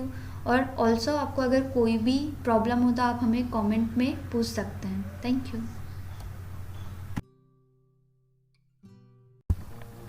Hello everyone, welcome to my YouTube channel target MPTET. So इस वीडियो में हम देखेंगे सोशल साइंस पेडागोजी का चैप्टर 4। टॉपिक होगा इंक्वायरी, एम्पायरिकल एविडेंसेस। सो आइए शुरू करते हैं। सो inquiry based learning. What is inquiry based learning? The definition of inquiry based learning is that it starts from a place of questioning. Student may spontaneously ask question or be prompted to ask questions about a particular topic. So हमने देखा कि inquiry based learning की जो definition है वो क्या है। वो इंक्वायरी बेस्ड लर्निंग स्टार्ट होती है जहाँ पर क्वेश्चंस हो, काफ़ी सारे क्वेश्चंस हो बच्चे के माइंड में। ऑल्सो जब बच्चा है स्पॉन्टेनियसली जब क्वेश्चंस क्रिएट करेगा या पूछेगा तो वो क्या करेगा, वो क्या करने की कोशिश कर रहा है, वो चीज़ों को और टॉपिक को बेटर तरीके से अंडरस्टैंड करने की कोशिश कर रहा है। They might research to find answers, engage in activities that will help them pursue answers or work collaboratively in pursuit of answer. Regardless, all learning stems for these questions. By engaging in inquiry-based learning, students come to understand that they can take responsibility for their learning. अच्छा, बच्चे question क्यों कर रहे हैं इतने सारे? क्योंकि वो अपना जो उसके माइंड में जो कन्फ्यूज़न है उसको हटाना चाह रहा है और उसका जो पर्टिकुलर क्वेश्चंस है उसके वो आंसर्स ढूंढना चाह रहा है, क्योंकि वो एक्टिविटीज़ में इंगेज हो रहा है। जब वो क्वेश्चंस पूछेगा तो उसको आंसर्स के लिए वो क्यूरियस है। जब उसको आंसर मिलेंगे तो वो अपने जो प्रीवियस नॉलेज और जो उसने करंट में नॉलेज गेन किया है उनको कोलैबोरेट करेगा। ऑल्सो ट्राई करेगा अपने क्वेश्चंस के आंसर्स को खुद में अच्छा बनाने का। इसलिए ये इंक्वायरी बेस्ड जो लर्निंग है वो बहुत इंपॉर्टेंट है, ऑल्सो बहुत अच्छी है, क्योंकि इसमें जो रिस्पॉन्सिबिलिटी है लर्निंग की वो स्टूडेंट और टीचर दोनों की है और दोनों एक दूसरे की हेल्प से अपना जो कॉन्सेप्ट है उसको क्लियर कर सकते हैं। What are the benefits of inquiry-based learning versus project-based learning? The truth is, these systems and conceptual frameworks do overlap, but inquiry-based learning always follows from student questions as the main motivation to investigate new material or acquire new skills. Inquiry-based learning can be especially motivating for students who do not respond well to top-down instructional models. Inquiry based learning जो है वो बच्चों को क्या करती है, facilitate करती है कि आप जाइए, आप जाकर क्वेश्चंस पूछिए, आप इन्वेस्टिगेट करिए, अपने कॉन्सेप्ट्स को क्लियर करिए, ऑल्सो अपने नॉलेज के अकॉर्डिंग, अपने पर्सपेक्टिव के अकॉर्डिंग चीज़ों को बेटर समझकर नई चीज़ें फॉर्म करिए, नई चीज़ें इन्वेंट करिए। So this is inquiry based learning. Also इसमें बच्चे सिर्फ मेयरली इन्फॉर्मेशन ही गैदर नहीं करेंगे, वो चीज़ों को इनोवेट करना चाहते हैं, वो चीज़ों को बेटर तरीके से समझना चाहते हैं। ऑल्सो वो फाइंड करना चाहते हैं कि किसी भी चीज़ के पीछे ट्रुथ क्या है। वो ऐसा नहीं है कि किसी भी चीज़ पर ब्लाइंडली ट्रस्ट कर लेंगे, नो, वो फाइंड आउट करेंगे कि जो वो पढ़ रहे हैं या वो जो चीज़ें कर रहे हैं उसका जो ट्रुथ है, उसका जो स्टेम है वो क्लियर है या नहीं है। इसके थ्रू बच्चों में जो स्किल्स है वो इनोवेट होती है, ऑल्सो डेवलप होती हैं। आई होप क्लियर हुआ आप लोगों को। Now we will see inquiry based learning examples. A lot of thought and work goes into designing inquiry based learning investigations. For instance, a teacher might ensure that a student can access strong research material to answer their questions, as well as activities like dramatization, presentations and role plays that help them unearth new materials. अच्छा, बच्चे अब इसमें कैसे काम करेंगे? तो बच्चे जो है वो क्वेश्चन करेंगे, रिसर्च करेंगे, रिसर्च मटेरियल्स होगा उनके पास, वो लोग रिसर्च करके उनको जो टॉपिक दिया हुआ है उसके आंसर्स ढूंढेंगे। उसके बाद वो उसको आंसर्स ढूंढने के लिए ड्रामाटाइजेशन कर सकते हैं, प्रेजेंटेशंस बना सकते हैं या फिर रोल प्ले कर सकते हैं, जिसके थ्रू वो अनअर्थ जो मटेरियल्स है या जो कॉन्सेप्ट्स है वो जो हाइड है उनको अनहाइड करके वो चीज़ों को समझ पाएँ। Possibly the most natural place to find IBL strategies happening is in the science department. Many examples of inquiry-based learning came in the context of an inquiry-based learning science environment, where students are likely to start by listening a series of questions about the topic at hand. They continue to engaging in inquiry-based learning activities like experiment and close observation that helps them answer questions. यहाँ हमने देखा कि जो IBL strategies है वो सबसे ज़्यादा कहाँ पर होती है? साइंस में होती है, क्योंकि आप क्या करते हैं, रिसर्च करते हैं। लाइक हमको लैब ले जाया जाता है, वहाँ पर हम टाइट्रेशन बना रहे हैं, टाइट्रेशन की जो प्रोसेस है वो कैसी होगी, किस तरीके से आप डाइल्यूट करेंगे, क्या डाइल्यूट करेंगे तो कलर चेंज होगा। तो ये सारी चीज़ें आप सबसे ज़्यादा कहाँ पर देखते हैं? साइंस में देखते हैं। Inquiry-based learning in mathematics can also be quite motivating for students, as they come to understand that even the most abstract seeming mathematical ideas can be applied to solve authentic questions they might have. For example, students might start by asking questions about the most efficient way to figure out how much candy they need for Halloween. In pursuit of answering such a question, student will have to think algebraically, numerically and probably as well. So IBL जो strategy है वो science और maths में भी applied होती है, also बहुत effective होती है। IBL पे लेसन प्लान कैसे हो सकते हैं? आप बच्चों को प्रोवोक करेंगे कि बच्चे मीनिंगफुल क्वेश्चंस पूछें, ऑल्सो रिसर्च करने की कोशिश करें। उसके लिए आप उनको शॉर्ट रीडिंग करवा सकते हैं किसी भी टेक्स्ट की, ऑल्सो उनको छोटी वीडियो दिखा सकते हैं या उनको ट्रिप विजिट्स पर ले जा सकते हैं, ताकि वो चीज़ों को, एक्टिविटीज़ को ऑब्जर्व करें और उनका जो कॉन्सेप्ट है उसको बेटर तरीके से अंडरस्टैंड कर पाए। Now we will see the benefits of inquiry-based learning. There are many benefits to inquiry-based learning, including: first is, a student in an inquiry-based environment know that their voice matter and that their curiosity is important to their teacher. Their questions go a long way towards guiding the curriculum. That means कि इसमें बच्चों को पता होगा कि उनका जो voice है या उनका जो पर्सपेक्टिव है वो भी मैटर करता है। ऑल्सो उनकी जो क्यूरियस नेचर है किसी भी चीज़ को जानने के लिए, वो बहुत इंपॉर्टेंट होगा टीचर के लिए, क्योंकि जो बच्चा है वो सिर्फ इन्फॉर्मेशन को, ऐसा नहीं है कि रोट लर्निंग के थ्रू बस उसने रट्टा मारकर याद कर लिया है, बल्कि वो उस चीज़ के पीछे उसका ट्रुथ जानने की जो कोशिश करेगा, उसके लिए हम बोल सकते हैं कि इस तरीके से वो हेल्पफुल है। Because inquiry-based learning starts with questions, students are often very authentically motivated to learn. Since they are driving the learning, they are studying the things they care and wonder about the most. They will also acquire many other skills along the way. Also क्योंकि student जो है वो काफ़ी सारे concepts को clear करना चाहता है, तो वो चीज़ों को करने के लिए मोटिवेटेड है। तो हम बोल सकते हैं कि इंक्वायरी बेस्ड लर्निंग के ये भी बेनिफिट हो सकता है कि बच्चे अपने आप को क्यूरियस करके मोटिवेटेड रहे लर्निंग के towards. Inquiry based learning is easy to differentiate because it is accessible to students at a wide range of levels. The student have questions and it is important to help students find appropriate material to answer their questions. बच्चे जो है ना सिर्फ questions की तरफ ध्यान देंगे, वो अपने आंसर को भी ढूंढ रहे हैं और वो काफ़ी क्यूरियस है, इसलिए वो क्या करेंगे, बहुत different kind of appropriate materials को लाएंगे और उनके बेसिस पर उनको रिसर्च करके वो अपना कॉन्सेप्ट क्लियर करेंगे.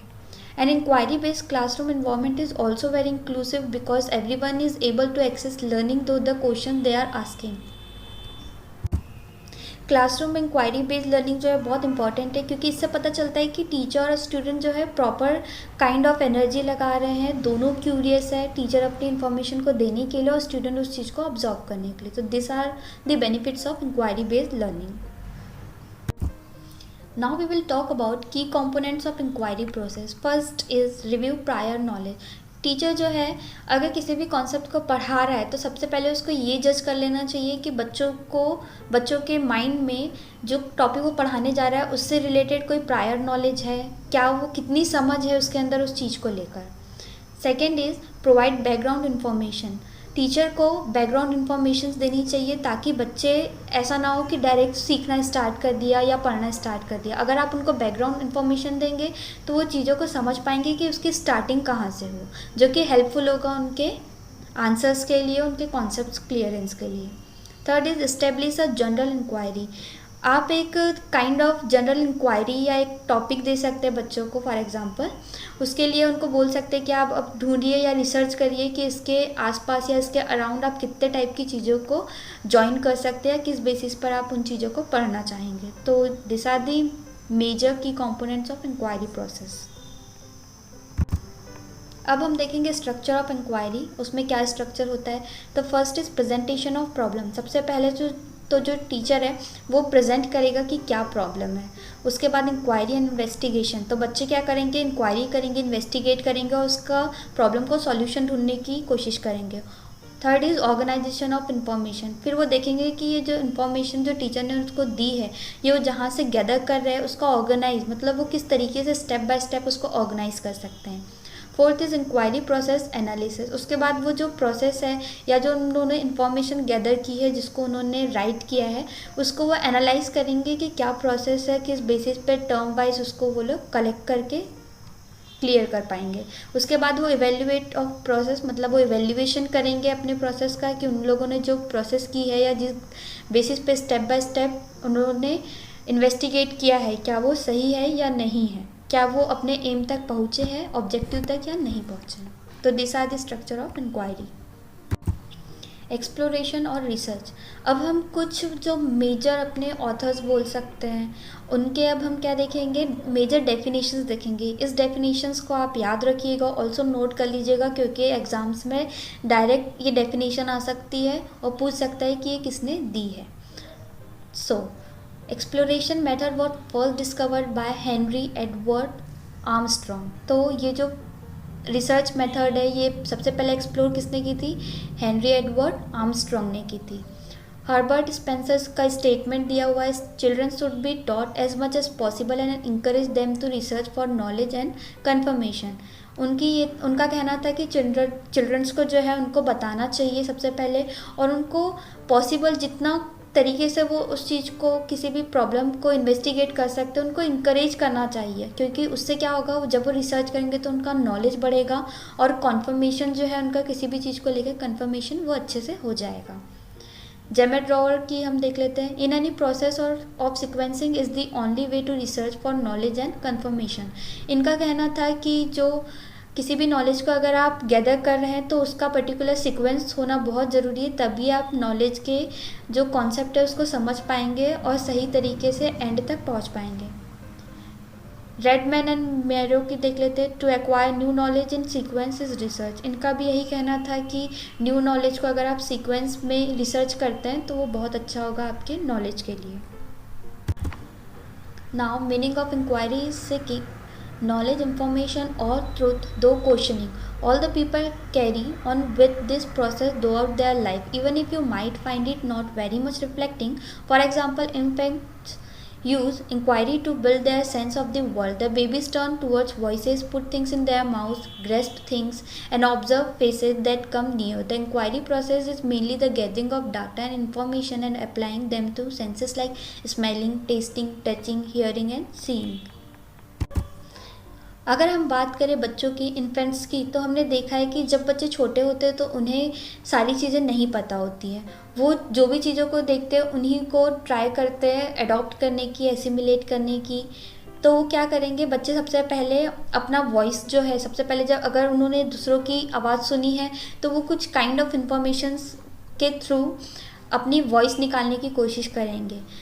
ऑल्सो वो क्या करेंगे, चीज़ों को ग्रेस्प करने की कोशिश कर रहे हैं तो सबसे पहले वो ऑब्जर्व करेंगे अपने आसपास की चीज़ों को, फिर उनने जो इन्फॉर्मेशन गैदर की उसके थ्रू वो जो डेटा उनके माइंड में पहुंचा उसके थ्रू वो अप्लाई करके अपने सेंसेस के थ्रू उनका कॉन्सेप्ट को लेकर आएगा। लाइक स्मेल जो होती है वो होगा, टेस्ट कैसे होता है वो उनको पता चलेगा, टच कोई कर रहा है तो उन्हें पता चलेगा, हियरिंग मतलब साउंड पता चलेगा, सीइंग मतलब देखेंगे कैसे ये पता चलेगा क्या देख रहे हैं, ये सारी चीज़ों के बारे में पर्टिकुलर नॉलेज अब उनको होना स्टार्ट हो जाएगा।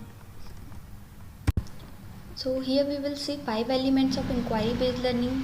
जैसे हमने बात किया था, ask, investigate, create, discuss and reflect. ये 5 एलिमेंट बहुत इंपॉर्टेंट है क्योंकि जो स्टूडेंट है सबसे पहले वो क्वेश्चन पूछेगा, उसके बाद वो इन्वेस्टिगेट करेगा कि क्या वो चीज़ें हो सकती है, फिर उसके बाद जब इन्वेस्टिगेट हो गया तो वो नए कॉन्सेप्ट पे पहुंचा, मतलब उसने क्रिएट किया, फिर क्रिएट करने के बाद वो चीज़ों को डिस्कस करेगा, उसके बाद डिस्कस करने के बाद जो एट द एंड उसने अपने इंफॉर्मेशन में चेंजेस पाए उसको वो रिफ्लेक्ट करेगा। This are the 5 elements of inquiry based learning.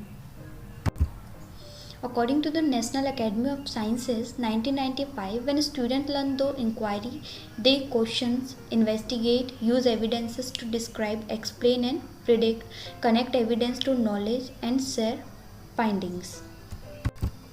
इसके पहले हमने बात किया कि जो स्टूडेंट है वो क्या करेगा, इंक्वायरी के लिए क्वेश्चन करेगा, फिर इन्वेस्टिगेट करेगा, एविडेंसेस जो उसको मिले होंगे उसको डिस्क्राइब करने की कोशिश करेगा, एक्सप्लेन करने की कोशिश करेगा, फिर वो प्रिडिक्ट करेगा। ऑल्सो उसके बाद वो कनेक्ट करेगा अपने एविडेंस को उसके नॉलेज से, और उसके बाद जब उसने जिस कॉन्टेक्स्ट पे पहुंचा या जो उसको आंसर मिला वो शेयर करेगा अपना पॉइंट ऑफ व्यू सब में। आई होप आप लोगों को ये टॉपिक क्लियर हुआ हो। Thank you for watching guys. Also अगर वीडियो हेल्पफुल लगी हो तो हमारे चैनल को लाइक, शेयर एंड सब्सक्राइब करना ना भूलें। Thank you.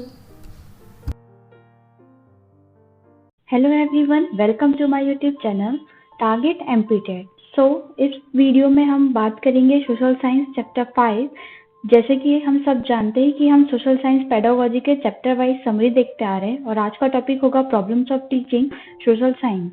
सो टॉपिक से आप समझते हैं कि problems of teaching social science मतलब सोशल साइंस पढ़ाते वक्त क्या ऐसी प्रॉब्लम्स है जो टीचर्स को आती है। सो आइए देखते हैं हम। जैसे कि हम सभी जानते हैं कि हमारे समाज में सामाजिक विज्ञान सामग्री से संबंधित कई पूर्व धारणाएं।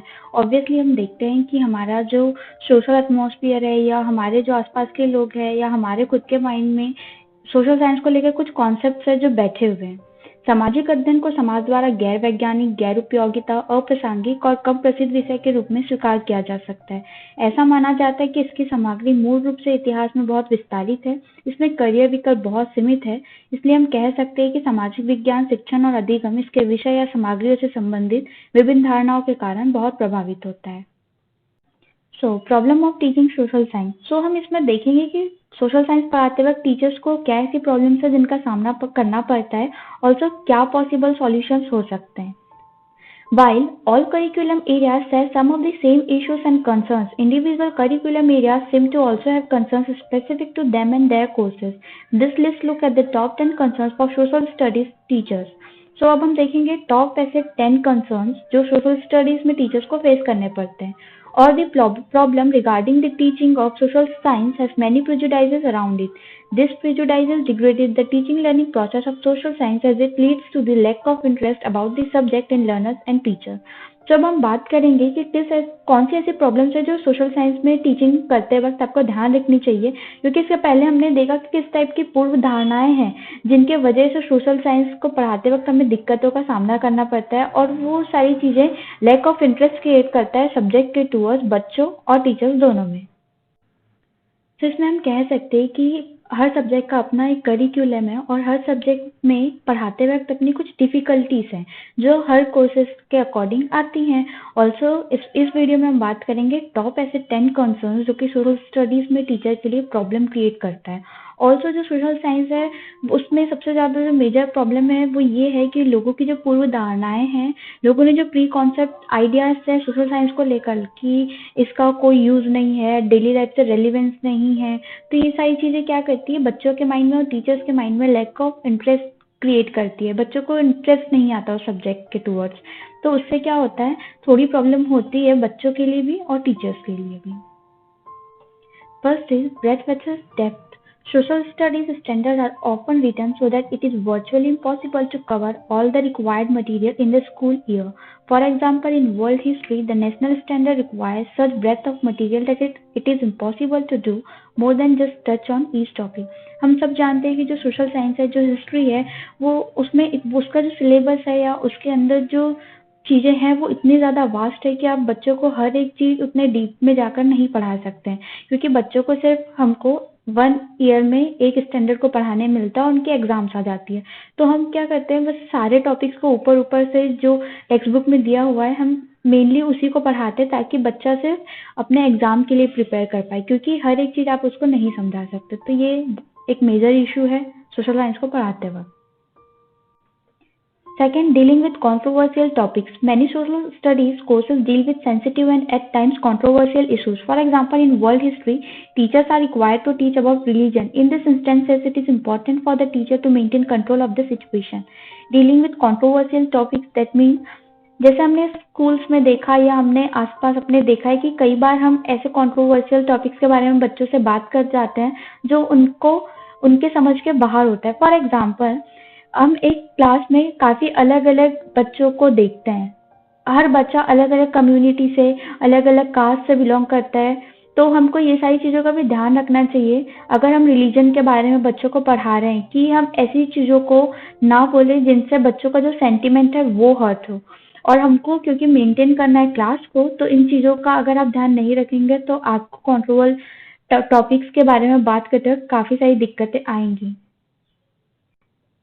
Making connection to student life. आप जो भी चीज़ें बच्चों को पढ़ा रहे हैं ट्राई करें कि आप चीज़ों को कनेक्ट कर पाए उनकी डेली लाइफ से, क्योंकि अगर आप उसको कनेक्ट करेंगे तो बच्चे चीज़ों को बहुत अच्छे से समझेंगे, ऑल्सो अडॉप्ट करेंगे।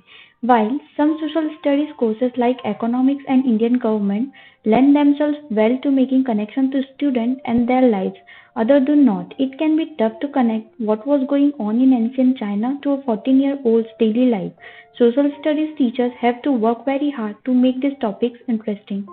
जैसे कि फॉर एग्जाम्पल आप 12-13 साल के बच्चों को आज से 13-14 ईयर्स पहले या एंशियंट चाइना में क्या हुआ या एंशियंट इंडिया में क्या हुआ अगर आप उसको पढ़ाएंगे तो वो आप उसको उसकी डेली लाइफ से कैसे कनेक्ट कर पाएंगे, तो बहुत हार्ड होगा ना। और अगर आप उसको सिर्फ एक स्टोरी के वे में बताएंगे तो वो ऑब्वियसली वो चीज़ों को याद तो करेगा, लेकिन वो चीज़ें उसकी रियल लाइफ से कनेक्टेड होंगी क्या नहीं होंगी, तो वो कहीं ना कहीं लैक ऑफ इंटरेस्ट क्रिएट करेगा उसके माइंड में और वो सोचेगा कि ये पढ़ने से कोई मतलब नहीं है। इसलिए वो जो सोशल साइंस है उसके टूवर्ड्स थोड़ा उसका जो अफेक्शन है वो कम हो जाएगा। तो आप ट्राई करें कि उसको इस वे में पढ़ाएं कि उसकी डेली लाइफ से रिलेटेड चीज़ें उसमें आए।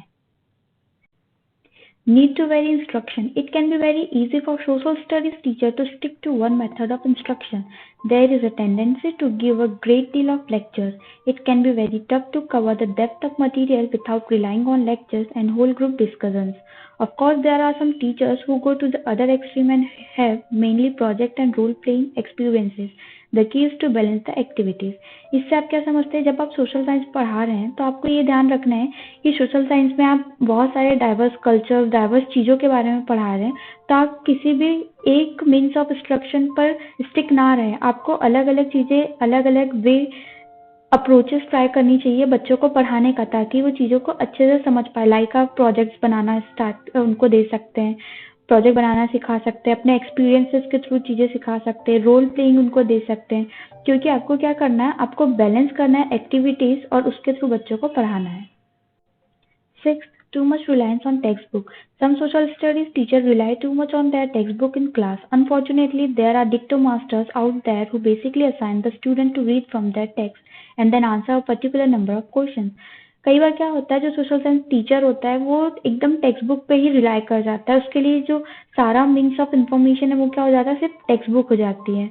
क्योंकि हम सब जानते हैं कि जो हिस्ट्री है उसका जो डेप्थ है वो बहुत ज़्यादा, वो बहुत वास्ट है उसका सिलेबस, तो आप बच्चों को ऑब्वियसली सारी चीज़ें तो नहीं पढ़ा सकते हैं, लेकिन आपको ट्राई करना है कि आप अपने एक्सपीरियंस के थ्रू उनकी डेली लाइफ से रिलेट करके चीज़ों को समझाएं, क्योंकि बच्चे उसको अच्छे से समझेंगे। और कई बार हम ये भी देखते हैं कि कुछ टीचर्स होते हैं वो क्या करते हैं, सिर्फ एक बार रीड कर देते हैं टेक्स्ट को, ऑल्सो 2-4 क्वेश्चन पूछ लेंगे, 2-4 आंसर्स बता देंगे और उनका काम हो गया। आपको ऐसे नहीं करना है, आपको बच्चों को अच्छे से चीज़ें क्लियर करनी है। Some students have a dislike of history. Many students come into a social studies class with a particular dislike of history. Some will complain that it has nothing to do with their lives. Other will just say it's boring. कई बार हम देखते हैं ना कि बच्चे अपने घर से आ रहे हैं, तो उन्होंने कुछ चीज़ें सोच रखी हैं, कुछ चीज़ें सुन रखी है हिस्ट्री को लेकर, या उनके मन में ही जब वो चीज़ें को पढ़ते हैं और उनको समझ में आता है कि ये उनकी डेली लाइफ से रिलेट नहीं कर रहा है, तो वो क्या बोरिंग समझने लगते हैं उस सब्जेक्ट को। ऑल्सो कई बार वो कंप्लेन करते हैं कि उनकी डेली लाइफ से रिलेट नहीं है, तो वो इस सब्जेक्ट को नापसंद करने लगते हैं। तो आपको ट्राई करना है कि आप ऐसी एक्टिविटीज़ कराएं ताकि उनके लिए वो सब्जेक्ट बोरिंग ना रहे। Dealing with false knowledge. It is not rare for students to come into your class with inaccurate historical information that they were either taught at home or in other classes. This can be really hard to combat. क्या होता है, कई बार बच्चों को आधा knowledge जो होता है वो भी दिया जाता है। फॉर एग्जाम्पल, घर में उनकी नानी दादियों ने कहानी सुना दी और उन्होंने उससे ही सच मान लिया, उसके बाद वो क्लास में आकर वही फॉल्स नॉलेज के पॉइंट ऑफ व्यू से आपको जज करेंगे, आपकी टीचिंग को जज करेंगे, ऑल्सो उस कंटेक्ट को जज करेंगे। तो उससे क्या होता है, बच्चों में जो फॉल्स नॉलेज है और जो आपने उनको पढ़ाया है, तो वो दोनों के बीच वो थोड़ा मिक्स हो जाती है चीज़ें, और उनको लगने लगता है कि क्या ये मतलब जो उन्होंने घर से सीखा वो सही है या जो टीचर ने बताया वो सही है। तो आपको ट्राई करना है कि उनको फॉल्स नॉलेज ना मिले, उनको सही तरीके से सही चीज़ें पढ़ाई जाए। As we all know that in our society there are so many preconceptions related to social science content. जैसे कि हम सब जानते हैं कि सोशल साइंस को लेकर काफी सारी पूर्व धारणाएं हैं। The social study may be accepted as the non-scientific, non-utility, irrelevant and ill-famed subject by the society. हमने इसके पहले ही बात किया कि किस तरीके से हमारी सोसाइटी ये समझती है कि सोशल साइंस साइंटिफिक नहीं है, कोई काम का नहीं है, irrelevant है, लाइफ से रिलेटेड नहीं है। It is considered that its content is very lengthy basically in history. Obviously इसका जो content है वो थोड़ा long है, क्योंकि हमारी हिस्ट्री बहुत काफ़ी सारी चीज़ें हैं जो हुई हैं, डेप्थ में उनको चीज़ें पढ़नी पड़ती हैं, तो ये तो सही है। It has very limited career options. लोगों के मन में ये भी है कि करियर ऑप्शंस काफ़ी कम होने की वजह से लोग इसको बोरिंग समझते हैं, ऑल्सो नॉन यूजफुल समझते हैं। So we can say that social study teaching and learning affects a lot due to the various conceptions related to subject matter और कंटेंट। तो हम बोल सकते हैं कि इन सारी चीज़ों की वजह से सोशल साइंस पढ़ाते वक्त और पढ़ते वक्त काफ़ी सारे ऐसे मिसकंसेप्शंस की वजह से सब्जेक्ट मैटर क्या है, अनइंटरेस्टेड बना हुआ है। अब हम देख लेते हैं approaches in the teaching of social science. First is problem based learning. Problem based learning is an active or self-directed learning process where students perform the task collectively in small groups. Problem-based learning helps in developing the transferable skills in the student, which can be put in various skills like problem solving, critical thinking and participation. इसमें क्या होगा, बच्चे small groups में divide हो जाएंगे, उनको कोई task दिया जाएगा, वो इन्फॉर्मेशन गैदर करेंगे, कलेक्ट करेंगे, उसके बाद वो परफॉर्म करके न्यू चीज़ों को इन्वेंट करना स्टार्ट करेंगे, नई तरीके से चीज़ों को देखना स्टार्ट करेंगे, क्योंकि अब उनका जो माइंड है वो अपने बेसिस पर वो यूज़ कर रहे हैं। Like problem solving, critical thinking का कहीं ना कहीं उसमें बहुत बड़ा इंपॉर्टेंट रोल होगा, क्योंकि वो बच्चे क्या कर रहे हैं, ऑब्जर्व कर रहे हैं और नई चीज़ों को इन्वेंट कर रहे हैं। Second is collaborative learning. In this type of learning, students gather information or knowledge by forming the association. Working in teams by sharing books, food, etc. should be appreciated.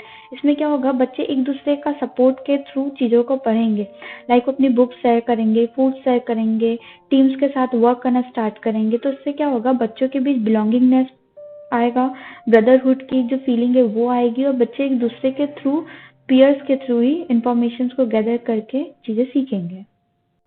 Next is experimental based learning. In experimental based learning, actual life experiences of learners should be linked with the content of the textbook. In this method, students gather information or knowledge through various sources like a field trip to historical places or various natural sites, role playing surveys, etc.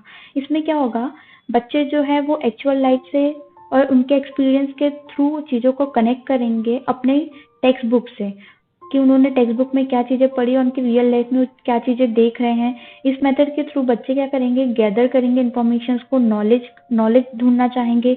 उसके लिए वो क्या करेंगे, historical places पे जाएंगे, वहाँ की चीज़ों को देखेंगे, नेचुरल साइट्स पर जाएंगे, वहाँ की चीज़ों को देखेंगे, सर्वेस करेंगे। ऐसे क्या होगा, बच्चे खुद तो एक्टिविटी में इन्वॉल्व हो रहे हैं, तो उसके थ्रू बच्चों में जो लैक ऑफ इंटरेस्ट की जो फीलिंग है वो थोड़ी कम हो गया और बच्चे थोड़ा क्यूरियस होकर चीज़ों को समझने की कोशिश करेंगे। कम्युनिटी बेस्ड लर्निंग की बात करें तो community based learning is an essential way of sensitising students toward various issues prevailing in the society. Project based trips and programmes are the best way of community based learning. तो इससे क्या होगा, बच्चे क्या करेंगे, प्रोजेक्ट्स बनाएंगे, also काफ़ी सारी चीज़ों को ढूंढने का जब वो ट्राई कर रहे हैं, खुद से ऑब्जर्व करेंगे तो बच्चे बेटर तरीके से चीज़ों को समझेंगे। तो ये सारी जो अप्रोचेस है ये काफ़ी हेल्पफुल है। सोशल साइंस का जो हमने देखा कि किस टाइप से लोग उसको अनयूजफुल समझते या इररेलेवेंट समझते, तो हेल्प करेगा ये सोशल साइंस को स्टडी करने में। Thanks for watching, that's all for today. Also अगर हमारी वीडियो अच्छी लगी हो, हेल्पफुल लगी हो, तो हमारी वीडियो को लाइक, शेयर एंड सब्सक्राइब करना ना भूलें। Thank you. Hello everyone, welcome to my YouTube channel target MPTET. So जैसे कि हम एक सीरीज कंटिन्यू करते आ रहे हैं जो कि सब्जेक्ट सोशल साइंस है, चैप्टर 6 देखेंगे हम। इसमें टॉपिक होगा approaches in teaching of social science, curriculum and text book of social science, project work and evaluation. Approaches देखेंगे सोशल साइंस में क्या ऐसी अप्रोचेस है जो पढ़ाते वक्त हम यूज कर सकते हैं, करिकुलम और टेक्स्ट बुक कैसी होनी चाहिए सोशल साइंस की, ऑल्सो प्रोजेक्ट वर्क और इवेल्युएशन कैसा होता है। तो आइए देखते हैं। Innovative methods of teaching and learning. So अब हम देखेंगे कुछ ऐसे इनोवेटिव मेथड जिसके थ्रू हम टीचिंग और लर्निंग सोशल साइंस की इफेक्टिव बना सकते हैं, ऑल्सो न्यू वे में बच्चों को चीज़ें समझा सकते हैं। There are many useful teaching method to support effective teaching and learning social science to keep children motivated and fully occupied, but there is no single method of teaching which fits all the learning situations. Therefore, to make the learning of social science more enjoyable and effective, there is a need for innovations in teaching methods. Some of the methods which I have been using in my school to capture the attention of children are given below. तो अब हम देखेंगे कि children's को किस तरीके से हम मोटिवेट कर सकते हैं, बच्चों को फुली तरीके से उनका जो ब्रेन है, उनका जो माइंड है, बॉडी दोनों एक जगह पर रखकर कैसे बच्चों को इफेक्टिव टीचिंग दे सकते हैं, इंफॉर्मेशन दे सकते हैं। और ऐसी कोई भी सिंगल मेथड नहीं है जिसको हम बोल सकते हैं कि टीचिंग के लिए सबसे यूजफुल है, क्योंकि अगर आप अलग अलग टाइप की टीचिंग प्रोसेस को मिलकर अगर सब्जेक्ट को पढ़ाएंगे तो उससे क्या होगा, इंजॉयबल और इफेक्टिव मेथड बनेगी।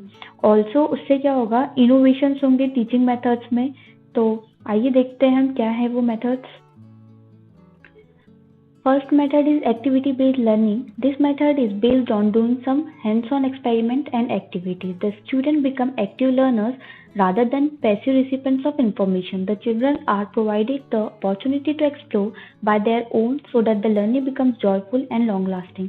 जैसे आप पिक्चर में देख रहे हैं कि बच्चे कुछ कर रहे हैं, इसका क्या इंपॉर्टेंस होगा, इसमें क्या होगा, बच्चों को जब आप हैंड ऑन एक्सपेरिमेंट करने का मौका देंगे, अपॉर्चुनिटी देंगे और एक्टिविटीज में इन्वॉल्व करेंगे, तो बच्चे क्या होंगे, इसमें एक्टिव लर्नर बनेंगे। कैसे, अगर आप लेक्चर मेथड यूज कर रहे होते हैं, टीचर अगर लेक्चर दे रहा है तो उसमें टीचर जो है वो एक्टिव पार्टिसिपेंट रहता है और जो बच्चा है वो इन्फॉर्मेशन गैदर कर रहा है तो पैसिव रिसिपेंट रहता है। लेकिन अगर आप बच्चों को एक्सपेरिमेंट के थ्रू चीज़ें समझाएंगे तो इसमें बच्चा खुद से काम कर रहा है, तो वो क्या होगा, एक्टिव लर्नर होगा। और इसके थ्रू क्या होगा, बच्चे नई चीज़ों को एक्सप्लोर करेंगे खुद से।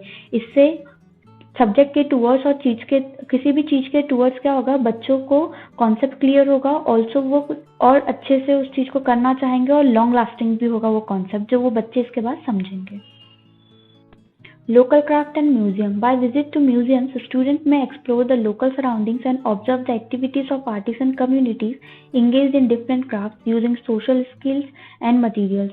The visits provide them opportunity and common platform to interact, experiment, create and perform according to their age, aptitude and ability, and offer a barrier-free environment with immense possibilities of innovation.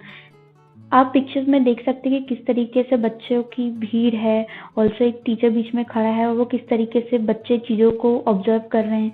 तो इसमें क्या होगा, बच्चों का museum ले जा सकते हैं, उससे क्या होगा, बच्चे चीज़ों को देखेंगे, अपने आसपास के सराउंडिंग को देखेंगे, ऑब्जर्व करेंगे चीज़ों को। तो बच्चों के माइंड में जो कॉन्सेप्ट्स हैं कि जो कोई सोशल साइंस जो है वो सब्जेक्ट थोड़ा लो है या लाइक बोरिंग है, तो वो सारी चीज़ें जो है वो क्लियर होते चलेंगे। और बच्चों को जब आप अपॉर्चुनिटी देंगे ऐसे प्लेटफॉर्म पर जाकर इंटरेक्ट करने का, एक्सपेरिमेंट करने का, तो उससे बच्चे क्या करेंगे, क्रिएट करेंगे न्यू चीज़ें, परफॉर्म करेंगे चीज़ें अपने एज, अपने एप्टीट्यूड और एबिलिटी के अकॉर्डिंग। क्योंकि इसमें क्या आप क्या दे रहे हैं, उसको बैरियर फ्री इन्वायरमेंट दे रहे हैं, क्योंकि इसमें पॉसिबिलिटीज ऑफ इनोवेशन का बहुत इंपॉर्टेंट रोल होता है। Next is debate and discussion. This method involves the use of small group of students where each group will have a leader who initiates the discussion of the issue or subject matter. Students are more active than the teacher when this method is used. Every member of the group is given equal opportunity or chance of making contribution to any discussion. इसमें क्या होगा, बच्चे debate करेंगे, discussion करेंगे, तो बच्चों के मन में क्या आएगा, जो भी कोई एक टॉपिक दिया है आपने, तो उस इशू को लेकर सब्जेक्ट मैटर का क्लियरेंस बढ़ेगा बच्चों के माइंड में। वो अपना जो पर्सपेक्टिव है वो अपने ग्रुप को समझाने का कोशिश करेंगे, अपने टीचर्स को समझाने का ग्रुप ट्राई करेगा वो ग्रुप।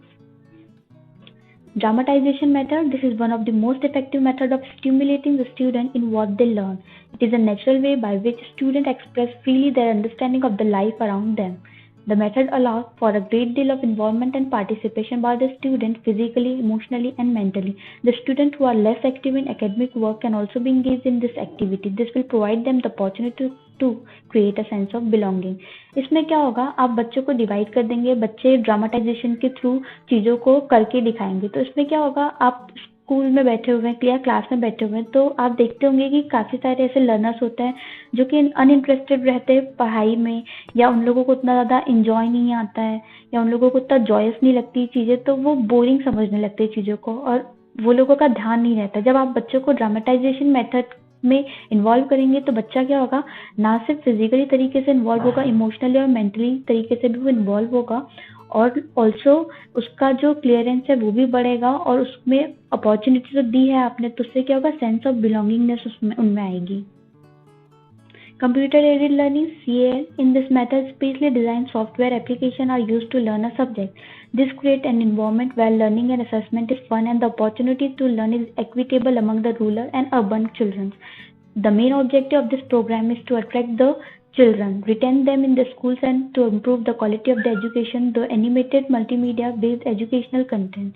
इससे आप क्या समझते हैं, इससे हम ये समझते हैं कि बच्चों को आप कंप्यूटर में के थ्रू अगर नॉलेज दे रहे, जैसे अभी हमने देखा कि कोरोना के टाइम पे बच्चे जो है ऑनलाइन क्लासेस ले रहे हैं, तो बच्चों का जो क्लियरेंस पावर है वो तो बढ़ रहा है, ऑल्सो डिफेक्ट तो है ही, लेकिन उसके काफ़ी सारे मेरिट्स भी है। तो अगर आप बच्चों को सॉफ्टवेयर के थ्रू चीज़ों को पढ़ाने की कोशिश करेंगे तो बच्चे चीज़ों को एडवांस तरीके से समझ पाएंगे।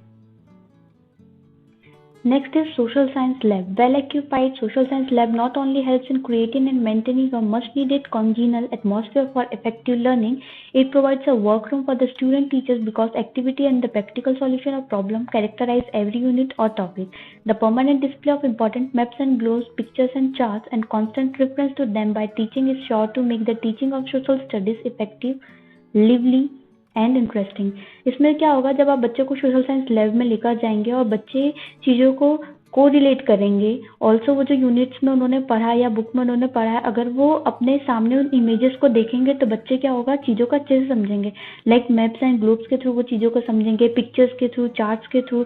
तो ये जो है ये भी एक अच्छी मेथड है जिसके थ्रू आप सोशल साइंस पढ़ा सकते हैं, क्योंकि इसके थ्रू क्या होगा, इंटरेस्ट बनेगा बच्चों का।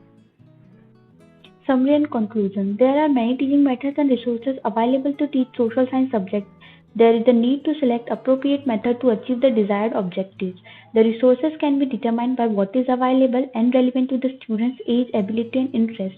I have discussed a few out of other methods available for use in the teaching of social sciences.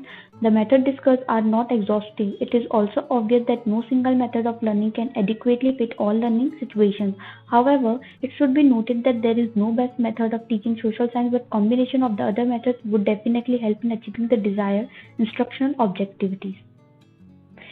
सो इस वीडियो में हमने देखा कि किस टाइप से आप अलग अलग एक्टिविटीज़ के थ्रू, अलग अलग मेथड के थ्रू बच्चों को पढ़ा सकते हैं और उनके मन में चीज़ों को लेकर कॉन्सेप्ट क्लियर करवा सकते हैं। ऑल्सो उनको क्यूरियस बना सकते हैं सब्जेक्ट के टूवर्ड्स, क्योंकि किसी भी सब्जेक्ट को पढ़ाने के लिए ऐसा नहीं है कि सिर्फ एक ही मेथड हेल्पफुल होती है।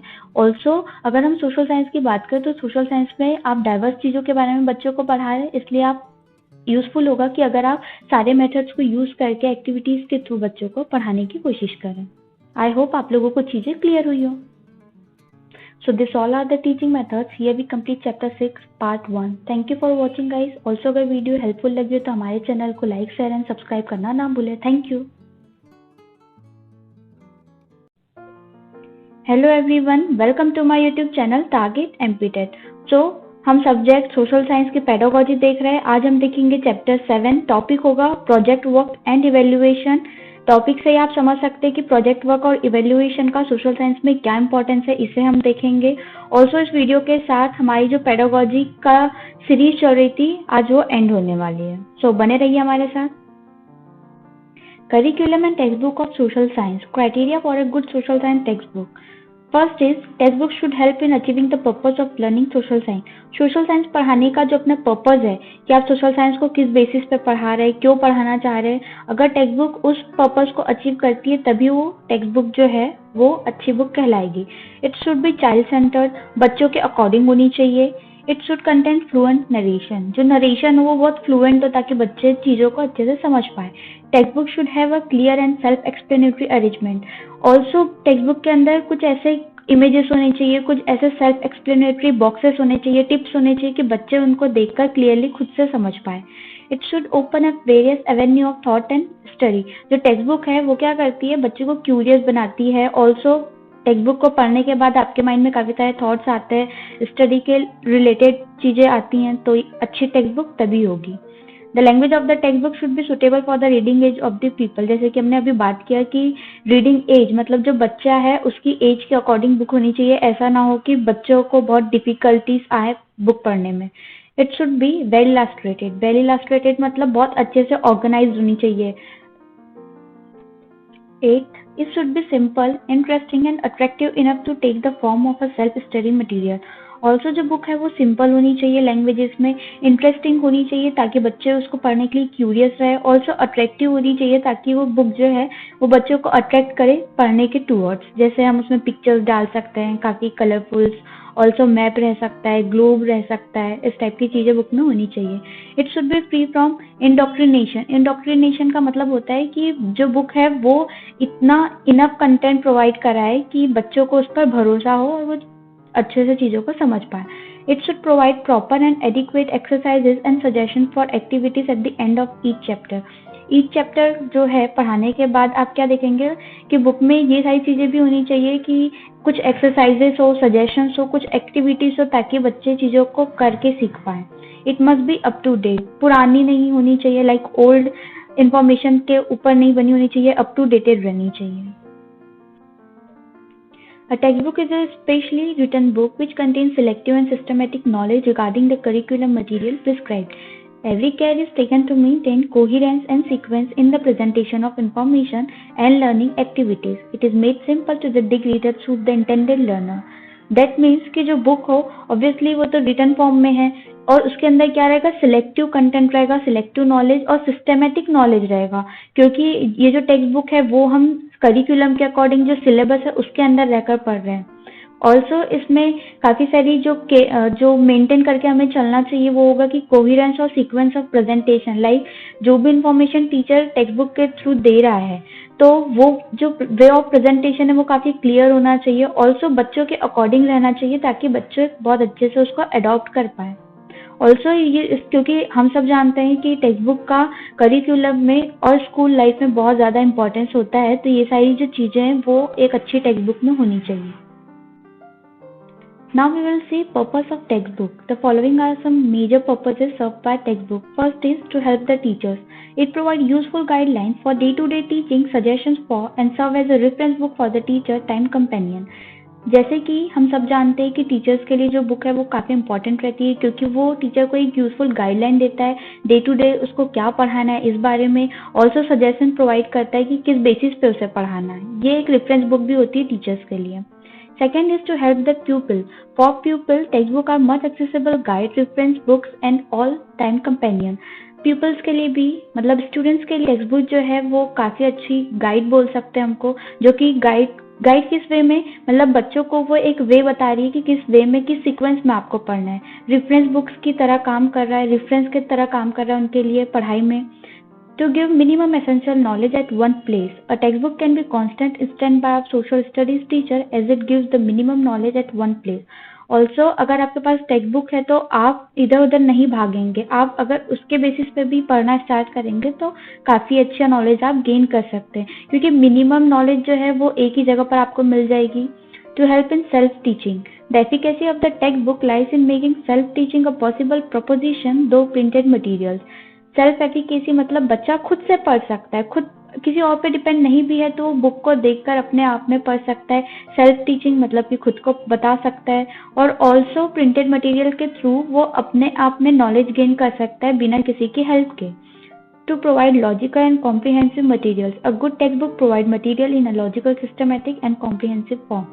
ऑल्सो लॉजिकल और कॉम्प्रिहेंसिव मटेरियल भी बोलते हैं हम बुक को, क्योंकि उसमें जो नॉलेज है या उसमें जो चीज़ें हैं वो आपको एक सीक्वेंस में मिलेगी, एक पर्टिकुलर प्रीपोजिशन या कॉन्टेक्स्ट में मिलेगी, और सिस्टमेटिक तो रहेगी, तो ये काफ़ी यूजफुल होती है।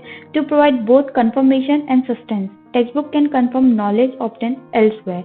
जैसे कि जो टेक्स्ट बुक है, फॉर एग्जाम्पल हम इधर उधर से जो चीज़ें सुने हुए होता है, या बच्चा इधर उधर से जो चीज़ें सुना है, अगर उसने टेक्स्ट बुक को पढ़ा उसके बाद वो ये कंफर्म कर सकता है अपने नॉलेज को जो उसने किसी और से सुना है क्या वो सही है, और अपने आप में वो एक जजमेंट पास कर सकता है। To ensure intellectual reapproach of learners, it can coordinate the activities and bring about the intellectual approachment of pupils. ये क्या करेगा, बच्चों को एक इंटेलेक्ट, क्योंकि एक्टिविटीज प्रोवाइड कराएगा तो क्या करेगा, इंटेलेक्ट बच्चों का बढ़ाने में हेल्प करेगा। तो this are the main purpose of textbooks. Importance of project work देखेंगे अब हम।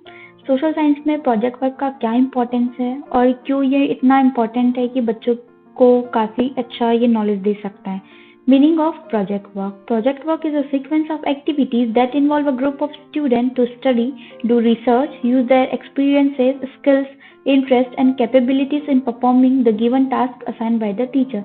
इसमें क्या होगा, जो टीचर है वो एक टॉपिक देगा बच्चों को जिस पे उनको प्रोजेक्ट वर्क या असाइनमेंट बनाना होगा।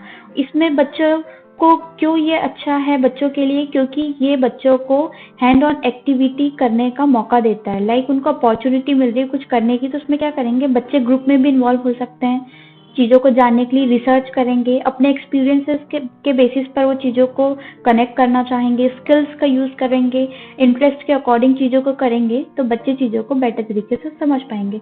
For example, archaeological remains of Harappan civilisation tells us about contemporary culture और सोसाइटी। अगर हम बोले हड़प्पा सिविलाइजेशन से जो हमें चीज़ें मिली है तो हमारी क्या हेल्प करती है, तो हमारी हेल्प करेगी कॉन्टेम्प्ररी सोसाइटी और कल्चर को जानने में। तो जब आप बच्चों को इस बेसिस पे या इस टॉपिक पे देंगे तो बच्चा क्या करेगा, लॉट्स ऑफ रिसर्च करेगा, चीज़ों को देखेगा, उसके बाद वो अपने असाइनमेंट में उसको लाने की कोशिश करेगा, तो बच्चा उस टाइम की चीज़ों को बहुत अच्छे से रिप्रेजेंट भी कर पाएगा और ऑल्सो समझ भी पाएगा कॉन्सेप्ट को। बहुत अच्छा फेमस फ्रेज है, tell me and I forget, show me and I remember, involve me and I understand. इससे आप क्या समझते हैं, टेल मी मतलब आप मुझे बताओ मैं भूल जाऊंगा, आप मुझे दिखाओ मैं उसे ध्यान रखूंगा, और अगर आप मुझे उस चीज़ को करने में इन्वॉल्व करते हो तो मैं उसको समझ जाऊंगा। तो इसे आप ध्यान रखेंगे, ये कई बार पेपर में भी पूछ सकता है। टाइप्स ऑफ प्रोजेक्ट वर्क होते हैं, individual project and group project. अब हम देखेंगे purpose of project work in social science. First is it is the essential components of school based evaluation. Also अगर क्योंकि ये आपका करिकुलम का एक पार्ट है या सिलेबस का एक पार्ट है तो ये हेल्प करेगा टीचर का इवेल्युएशन में आपको। Also second is to make learners sensitive towards changing societal needs and expectations. बच्चों को सेंसिटिव बनाएगा किसके टूवर्ड्स, सोसाइटी के टूवर्ड्स, उनके एक्सपेक्टेशंस के टूवर्ड्स, क्योंकि वो जब एक्टिविटीज़ में इन्वॉल्व होंगे तो वो चीज़ों को समझेंगे कि सोसाइटी में क्या नीड है, सोसाइटी की क्या नीड है और उनसे एक्सपेक्टेशंस क्या है। Third, to make learning process interesting, motivating and participatory. इससे लर्निंग प्रोसेस जो है वो इंटरेस्टिंग बनेगी, बच्चों को मोटिवेट कर रहे हैं आप किसी चीज़ को करने के लिए। ऑल्सो पार्टिसिपेटरी होगा तो बच्चे चीज़ों को बहुत अच्छे से समझ पाएंगे। To enhance understanding of different concept principles in this subject, ये आप इनहेंस करेगा क्या अंडरस्टैंडिंग लेवल, कि आप डिफरेंट कॉन्सेप्ट्स या डिफरेंट तरीके से किसी भी कॉन्सेप्ट को समझेंगे, किसी प्रिंसिपल को समझेंगे किसी भी सब्जेक्ट के। So this all are the some purpose of project work. Evaluation जो है करिकुलम का एक पार्ट है जिसके बेसिस पर आपको इवेल्युएट किया जाता है। इसमें क्या डायग्नोस किया जाता है कि इंडिविजुअल स्टूडेंट की एजुकेशन में क्या वीकनेस है, मतलब बच्चों का देखा जाता है कि कौन सा बच्चे की क्या वीकनेस है, क्या स्ट्रेंथ है। ऑल्सो ये हेल्प करता है टीचर्स की, जिसके थ्रू वो बच्चों की वीकनेस को जानकर उनको मोटिवेट कर पाए बेटर एजुकेशन और नॉलेज गेन करने में।